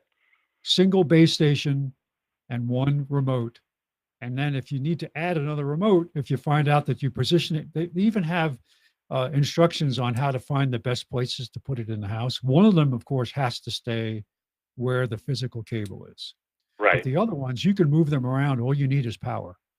And you might put it out on the far side of the house and they'll talk to each other and it will sort itself out. They usually give you some type of a tool to help you with position or tell you what to look for. If you find that, let's say you start out with one auxiliary unit and find out you're really insufficient, can you usually add units to it? Add one, yeah, you can buy them on an individual. Sometimes they come in packs of 3. The starter kits are always 2 units, the base station and one remote. Right. And then you can buy a 3-pack. For example, Netgear makes a 3-pack. Cisco, well, Linksys makes a 3-pack. Okay. I'm just forgetting the other names out there. There are a couple other names out there, and they're going to run. A starter pack is going to run in the $200 range, maybe a little. But there's less. nothing that stands out in your mind that you would recommend right off the bat, brand wise. No, because they're constantly updating the products. It's been a while since I've installed one. It's been about since I installed it for a customer. So I was going to say that if you have a big truck, Spence has a mesh system for sale that is stored. It's stored over. It's stored over here. It's stored here, and you need a big truck. One of the original mesh systems that we sold at Nortel was an outdoor system that we hung from telephone poles. Now this base station has the router built in, so my existing router is now a dust collector, right? It depends on the model. Some of them are just access points only. Some are router access points. That's why you have to look at the different offerings. Some of them are. Some of them you would need your own router on some of the brands, and that isn't necessarily a bad idea. Okay. But the reason why they're different like this is because some of them come from companies that make just access points. They don't make routers. So the consumer version, the prosumer versions are going to come from Netgear, Linksys, and companies like that. The high-end ones, Amnon, what's the kind that you have? Ingenious? Yeah. Ingenious makes a mesh system that does not have a router. It's just because it's designed for business, but it's still a very good product, and it's reasonably priced. Is that But what we- ING? Yeah. ENGENIUS. ENG, I think. N-Genius. EN-Genius. ENG. Okay, I'll Yeah. look that up and see. Yeah. The other question I have is concerns security and home automation. Right now, I've been using for probably 40 years an X10 system, which I'm obviously not going to continue with. What kind of security or home automation would you recommend? And again, I don't like wireless for this. You don't like wireless for this? No. I'm going to have everything pre-wired, windows, doors, places for motion sensors. I'm going to have all of that pre-wired and have a system added. I just have this block in my head about wireless and security. It just doesn't go together for me. What not necessarily a brand, but what type of technology would you recommend? I know there's a whole bunch of them. It's going to be a what we actually call it a hybrid system. It's going to be a mix of both wireless and wired. Wired, of course, is the most secure. You can't break, you can't jam it. But your backhaul, are you going to get it monitored? Yeah, if I can find it reasonable. I'm not paying $40 a month for monitoring. Yeah. I have a system. It's kind of an ad hoc system that I've been a UMA user for many, many years for my telephone service. I bought their original UMA. UMA is a voice over IP mainly company. Yeah, it's a voice over IP. I IP remember you talking about that. They support in their base station 900 megahertz. Is it 900 megahertz? I'm on the. I don't know which. I don't know. There's a technology called DECT, DECT, which is a wireless standard from Europe for portable phones in the house. It does not operate in 2.4 or 5 gigahertz like you have with Wi-Fi. Right. So this they have now. They now offer. It's not. I won't call it an alarm system because they don't do monitoring, but they do have sensors, wireless sensors, and I have my doors protected, my garage protected. I have water alarms in the house, and anytime one of these trips, I get a text message. Yeah, they have all kind of different. I mean, if you just go and look at the UMA. But UMA, it's $9 a month for the tech service and my phone, and it's a wonderful deal. And that's what I wanted. I did not want to have false positives. I didn't want to have a monitor system where the police are going to show up at my door because there's an alarm tripping. But the application gives you the option. If you say, "Oh, I got a sensor just picked off my back door. I'm not home." There's a button on the app that says press 911 and it calls your local police department. So you can say, "Hey, I got somebody breaking into my house." And they have. Does that also include home automation features or just security? Limited, because it's not the intention is not for that. They're adding more stuff. They have a camera now, but it's mostly from security perspective. For home automation, I still use X10. As far as automation, I'm really only concerned about lights, setting a series of lights to go on and off in case I'm not home. I don't need the other junk like the thermostats, or I don't want my window shades to be on automation. I don't need that. I can walk over to a window. Most products now, most like light bulbs and all that, it used to be when they first came out that they required a hub because the technology that they used, whether it was Zigbee or another whatever wireless technology they used to talk to the bulbs, had to go through some type of controller, which in turn would have an app that you would control them. Now they're direct connection to Wi-Fi, so you can put in light controlled bulbs throughout your house and never put in a controller and just use an app on your phone to control them, which is nice. It's much simpler. If you want automation with that, they even have apps now that automate with Alexa and Google that don't require a controller, which is very nice. it's something important. So it's true there are a lot of solutions that don't require a controller. Everything that runs on Wi-Fi takes a lot more energy than anything that would run on Zigbee, on Z or Z-Wave. Yes, that's right.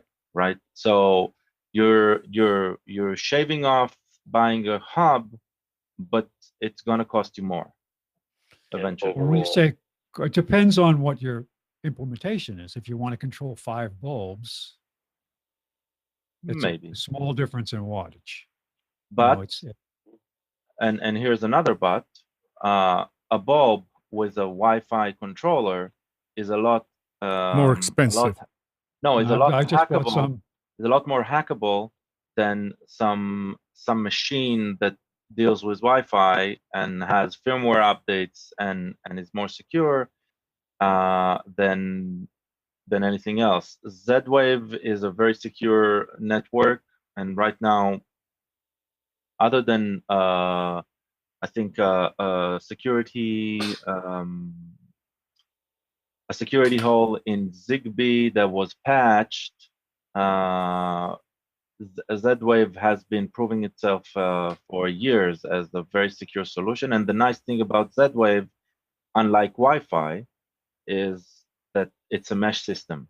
It's a mesh network. So I have Wink with Z-Wave. yeah, That I use it. I'm really just using it as an experiment. I'm not actually putting it in active use.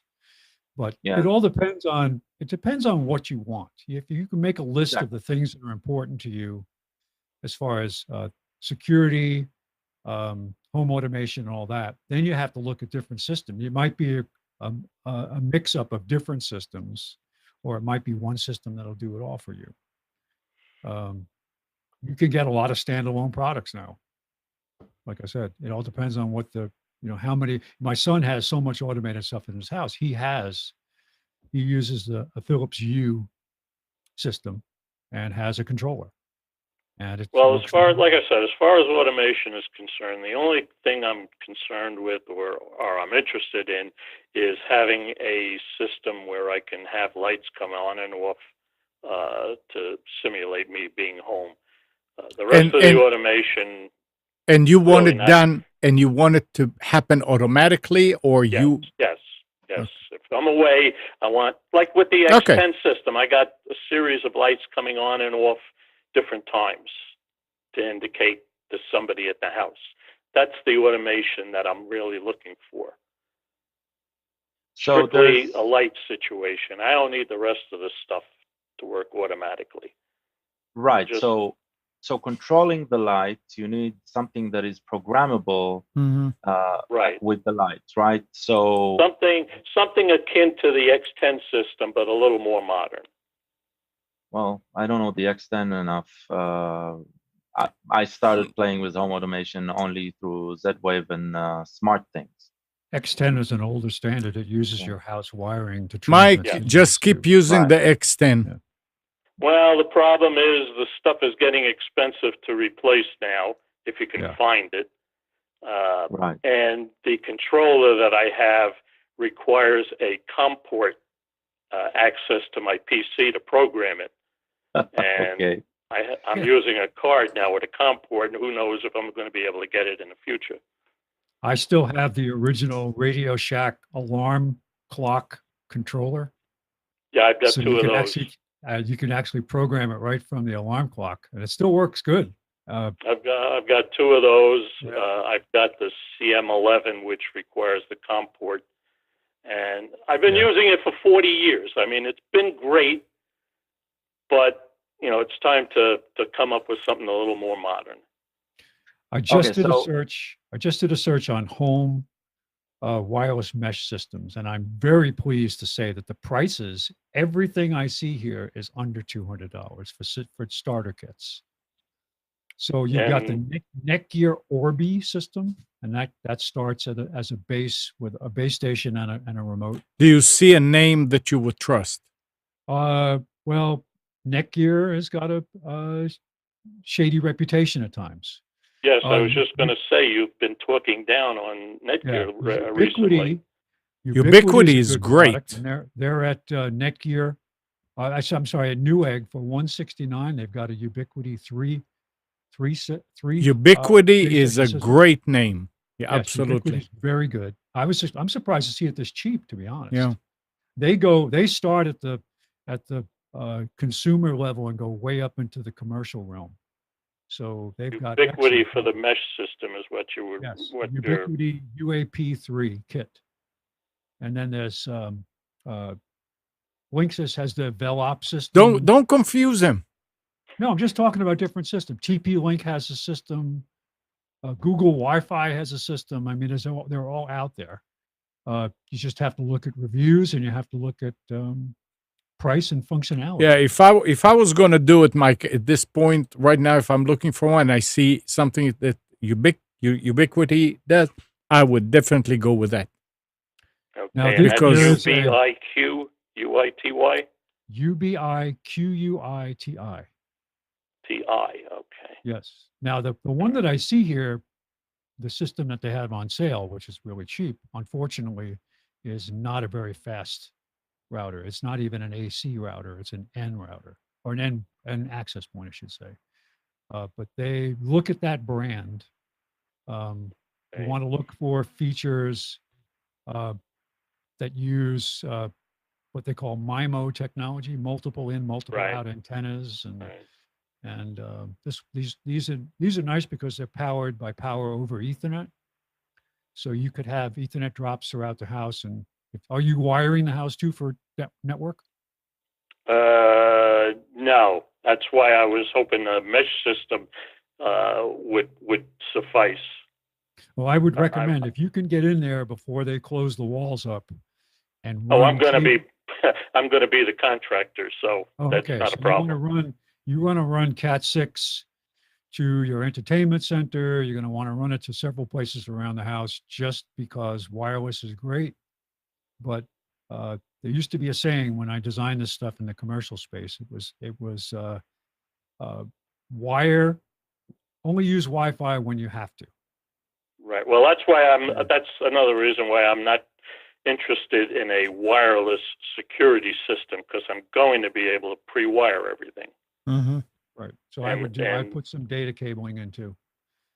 Yeah. Even if you just leave it behind a blank box coiled up inside the wall, just so it's available. Run it back to a location that you could put some type of a switch. It doesn't Right. have to be where your route. Doesn't have to be where your communication equipment comes in. It just has to be in a place where you can safely put a multi-port switch at some time and get power and it's not affected by heat. Well, like I said, initially, it's going to have a full basement and a full access attic. So Oh yeah, you'll be even if fine. I forget to wire something, it won't be a problem getting wiring in. Yeah, All right. I think. Yeah. So good luck. I certainly need it. All right. Yeah, Thanks. you- Appreciate your info. All right. You're welcome. Take care.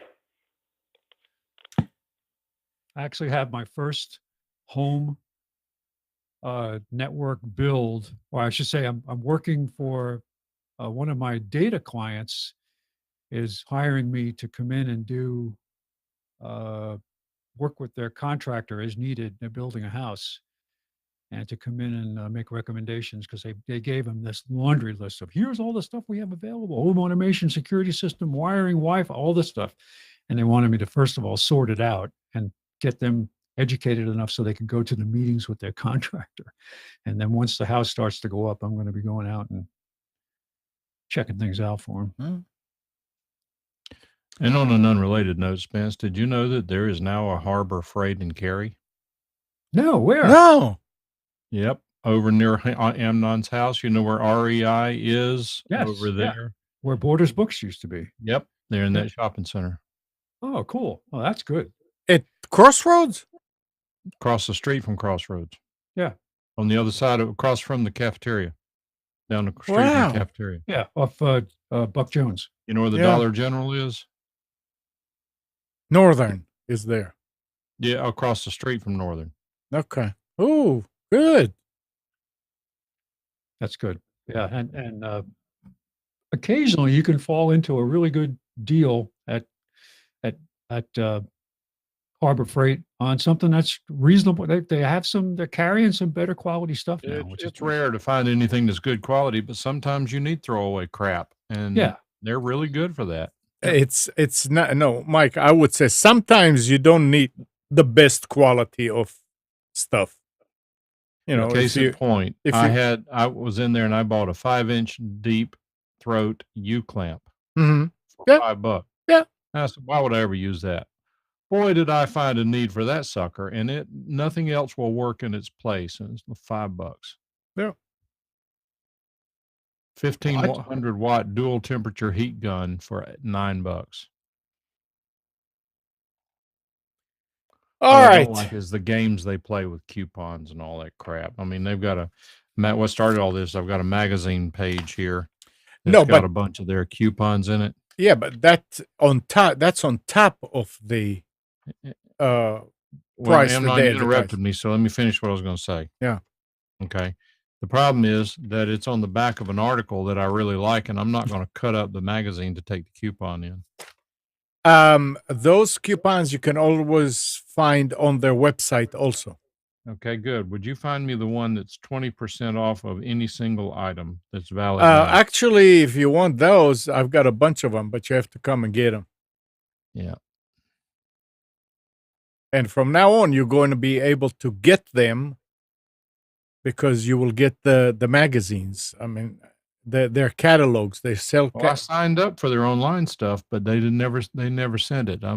Yeah, if you got an email from them, I mean, you should be able to. If you bought something, you should be getting an email, unless you told them you didn't have an email address. Yeah. Well, no, I had to give them an email address to sign up for the account, which I have. I have an account with them because I go in and use the make a shopping list because I never remember what I was looking for when I go over there. I don't buy much from them at all because driving to North Raleigh is just a royal pain in the rear. Does it say on the coupon that you cannot print it or scan it and because they know 2-point type down here, it says which is original coupons only. That's interesting because on the web, I mean, you have to print them. Yeah, the link, I just pasted the link in chat. There's right on their homepage. But yeah, Mike, I mean, if you come by here, I'll give you one from one of the catalogs. Another thing you can do is you can scan the article and print it and then cut the coupon out. That's not an original. No, that's good. The one Nick sent is good. All right. I was looking at mesh products, and I went to the Ubiquity site, and they have a product called Unify, which is just absolutely amazing. It is not a wireless mesh. It is a wired mesh, essentially, or it's a distributed Wi-Fi system, but it comes with if you take a standard wall plate where the data jack comes in, you screw a bracket onto it, you attach what is essentially the access point that has a 4-port gigabit switch built in. It's power over Ethernet powered, and it is the Wi-Fi access point, and it has skins. You can put different kinds of skins on it, so it looks like camouflage or looks like walnut wood or marble. It's just amazing, and it's got incredible throughput. It's a wireless 802.11 AC Wi-Fi access point system. Just amazing. If I was going to build a house, this is what I would do, because it gives you the option. It's Wi-Fi and wired in one small box that sits on the wall. It sits out about a half an inch off the wall. Good stuff. Probably very expensive. All right. Anything else anybody wants to bring up quick? Because just real quick, I just had an issue where I had a home server here that I was unable to access for a couple days. Couldn't figure out what the hell was wrong with it. So, and it's headless, so I had to go and hook up a monitor to it. Mm-hmm. And for some reason, it said that there was only 4 gigabytes of RAM being noticed, and Windows or the OS wouldn't boot. So I just had to reset all the memory. Computer hasn't been touched in 2 years, so just weird little finicky things that happen. So what'd you do? Reseat it?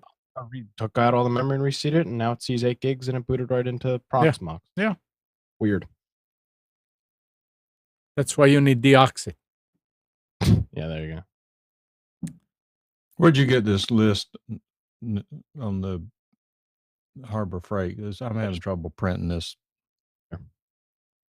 That list. I posted the link to the individual coupon and their deal page. Because I looked at it, and I may have overlooked at it. I've looked at a ton of stuff. But I'll by send. the way, I'll send you an email. I'll forward you one of the emails because I get them like every couple of days. yeah, that's why I haven't signed up for them apparently. No. Between them and Best Buy and two So or three stop. others, So stop bitching. blowing up Gmail. I mean, I guess you can. It's because I started with a multi. Never mind. I mean, it doesn't bother me. I just delete them. But I'll forward you one. I had an interesting one before we finish this week. So one of the Google accounts was filled up, my wife's Google account, and to a place where it would not receive emails anymore. Wow. The automatic syncing of pictures from the cell phone it was set to full resolution, so it takes up with high resolution. They give you the storage for free, but with full resolution, it takes a toll. So the account got completely filled and would reject email. So I'm sitting down and I'm trying to figure out how I can clear up Google, just the drive portion. Just delete everything. I have everything backed up locally. I'm moving everything to my home server anyway, instead of so it's time to go away with the Google Drive. Mm-hmm. But there is no built-in feature which says even show me all the files, how much they take, and delete them. There is a quota folder where you can list files by the amount they take, but the files are 2 megabytes in size. Deleting everything is going to take forever. Well, so there is about, I'm guessing, all of the search functions and flags you can use to search through Google. You can tell it to only display files that are larger than a certain size and all that sort of stuff. My largest file was 2 megabytes after all of that. So I cleared up most of what was needed, but still there was a lot of junk there, and deleting it one by one is the only thing that you have. I mean, even if it's a page by page, then you can do 20 at a time. It's not like Control A, Shift Delete. There's no similar option.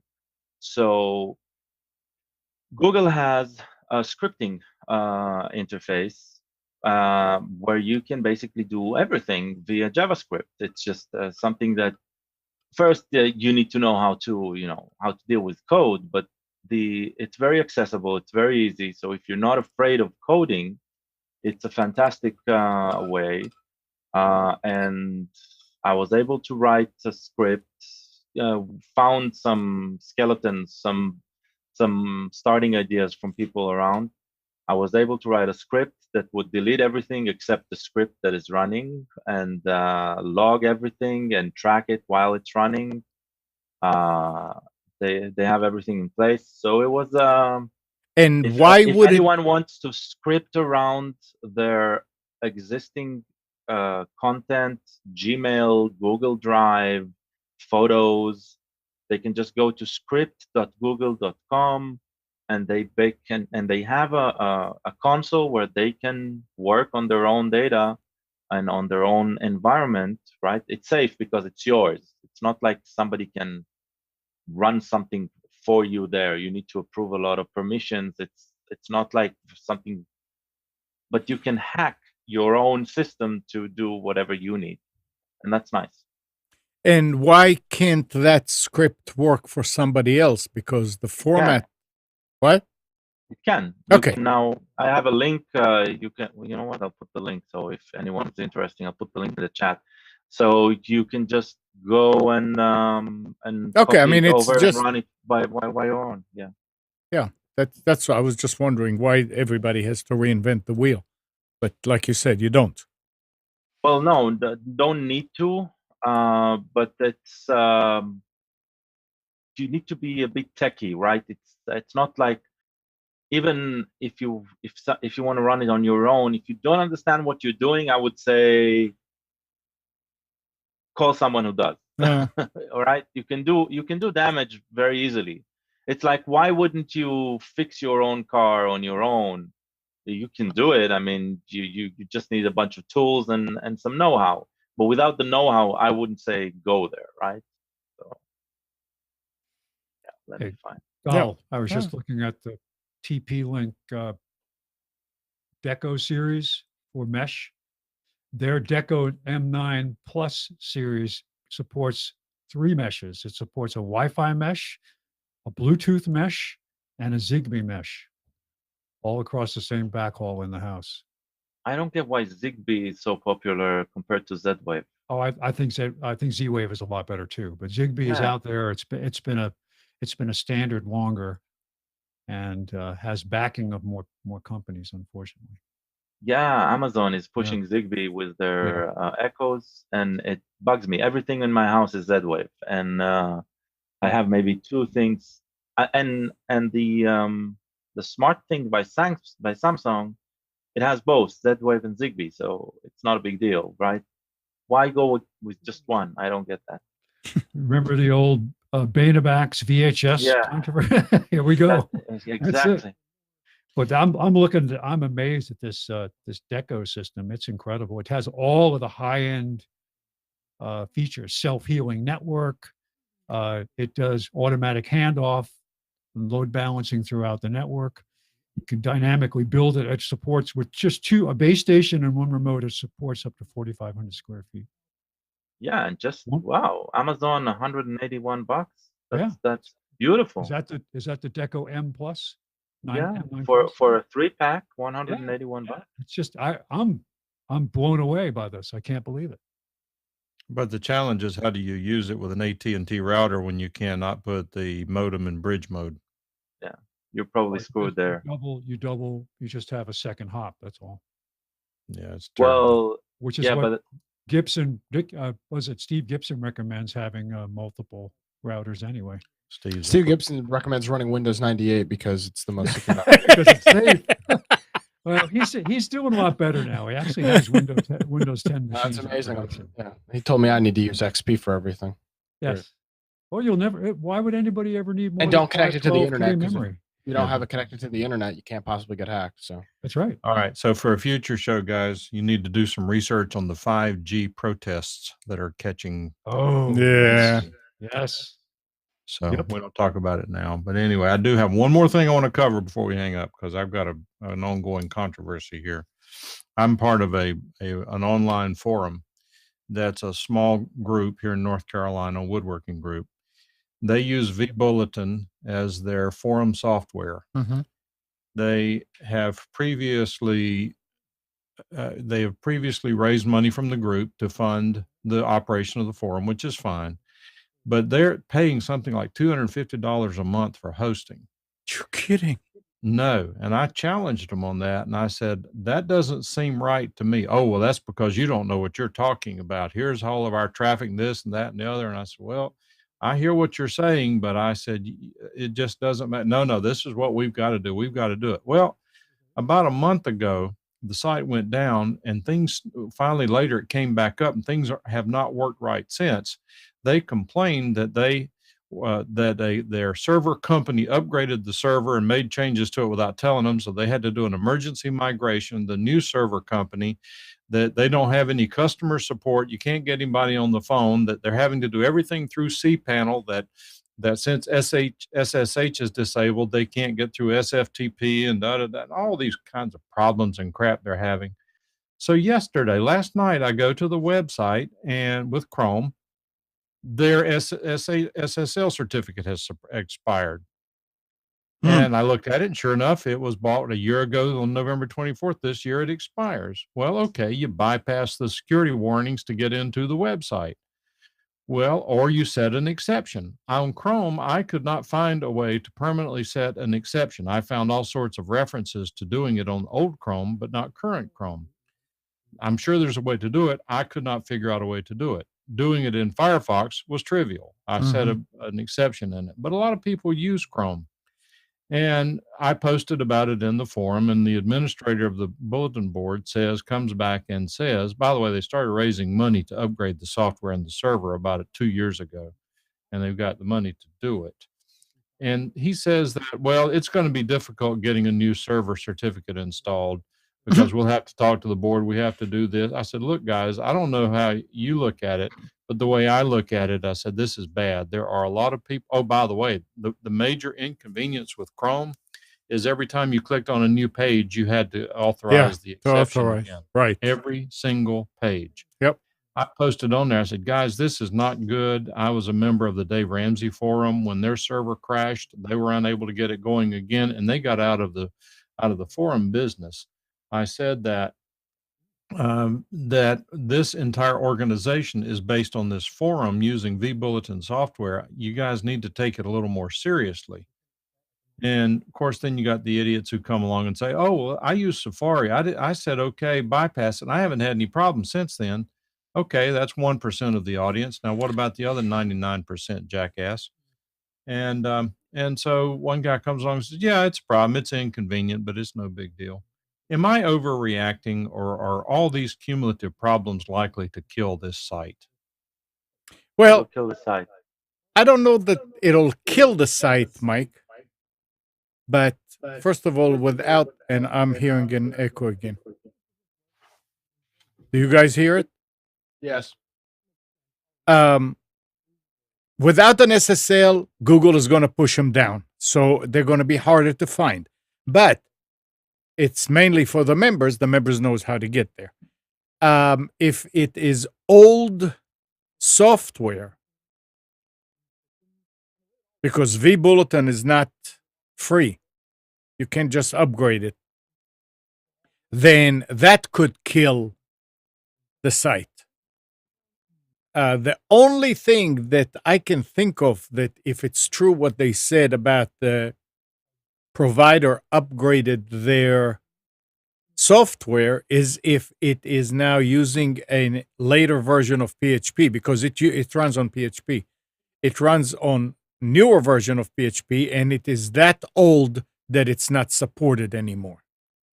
That's the only thing that would bring it down. I sent a private message to the president of the group, and I said, you need to take this seriously, because I have seen this crumble and dissolve in the past. Now, and how much are they paying? How much are they paying now? Do you know? I have no idea. So you don't know that? I mean, yeah, the $250 for geez. Yeah, I mean, you can operate a server company on $250 a month. There's no reason for them to have their own server anyway. Yeah, that's a problem right there. But it's all volunteers, so if you say anything about it, you're being critical, and who are you to complain about it? And they may ban me for the site for telling that to the president, but so be it. I mean, if it is, it is. Yeah, like VidBlaster. It sounds like they don't have a server, because, as he said, they don't have SSH access, so they're doing shared hosting. Well, that may be, but Mike is saying that they the price is ridiculous. I agree. Yeah. So, I mean, it could be that SSH is disabled in cPanel, and they don't know how to turn it on. You know, I mean, I told the president, I said, it's time to call in reinforcements. This is more serious than it might otherwise appear, because very few of these guys are techies. So, Mike, I don't think you're overreacting. You obviously have the best of the group in mind, but a lot of people don't look at it that way. So other people may think that you're overreacting, and yeah, it's okay, it's all right. Joe says, why don't they just migrate the group to Facebook? Because a lot of these guys in here are 70 and 80 years old, believe it or not. They don't use Facebook. They're not going to use Facebook. No, they don't need to use Facebook. But what they can use is they can use Google Group. A Google Group is the same as a bulletin board. No, they cannot use anything else. Anything else will kill it immediately, because because They're used to it. 70 to 80% will not migrate. Agreed. They will not move there. And some of them are coming to find the old stuff that they used to find there, right? That's true. You are going, any change now for a group like this is probably going to kill it. But that doesn't mean that they need to be. But I'm looking at vBulletin, and I see vBulletin Cloud for $15 a month. So why pay the $250? I don't know. You're not supposed to question people who make these decisions. They're IT people, and they know it all. They know what's best. They can do that, Well, Mike, if I they think want. we would agree that an IT person will never let a certificate expire and deal with it. Right. So, yeah. I agree with what you just said. That is very irresponsible, A, to let it happen, and Yeah. doubly irresponsible not to correct it within about Right. 5 or 6 hours. Yeah, it's like putting Absolutely. a note on the door. Don't worry, the door isn't locked. Come in. Right? That's the equivalent. All right, Because guys, we're 27 minutes over. I appreciate that off my chest. Facebook groups kills forums. That's a fact. All right. Bye-bye. Anything else? No. Good. All right, Join everybody. our forum. Join our forum. Forums.computers2know.com, right? All right. Thanks, Nick, Gal, Mike, Spence. And good morning, Kathy, Hannah, Nabil, Mac, Norm, Katie, and Donna. Thank you, everybody, for tuning to Computers 2K Now. We hope you enjoyed and maybe learned something from our time together. Remember, practice safe computing. Back up your hard drive, update your virus scanner. We'll be back here next Sunday at 9, but you can always reach us at computers2know.com. And tonight at 7, Nick Craig hosts Against the Norm. And at 9, Mike Phillips hosts The Crypto Culture Show. Both on Wilmington's Big Talker 106.7 FM. And you can listen on TuneIn. And if you don't know how to get to TuneIn, then the link is right there on the left under links. See you next week, everybody.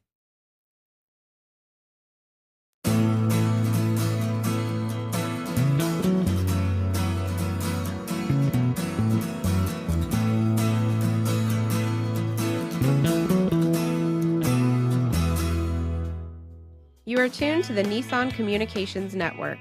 If you tuned in too late, you can always watch each program in its entirety or download an MP3 audio file of it in the archives section at nissancommunications.com. Don't forget to subscribe to our YouTube channel, follow us on Twitter, and like us on Facebook.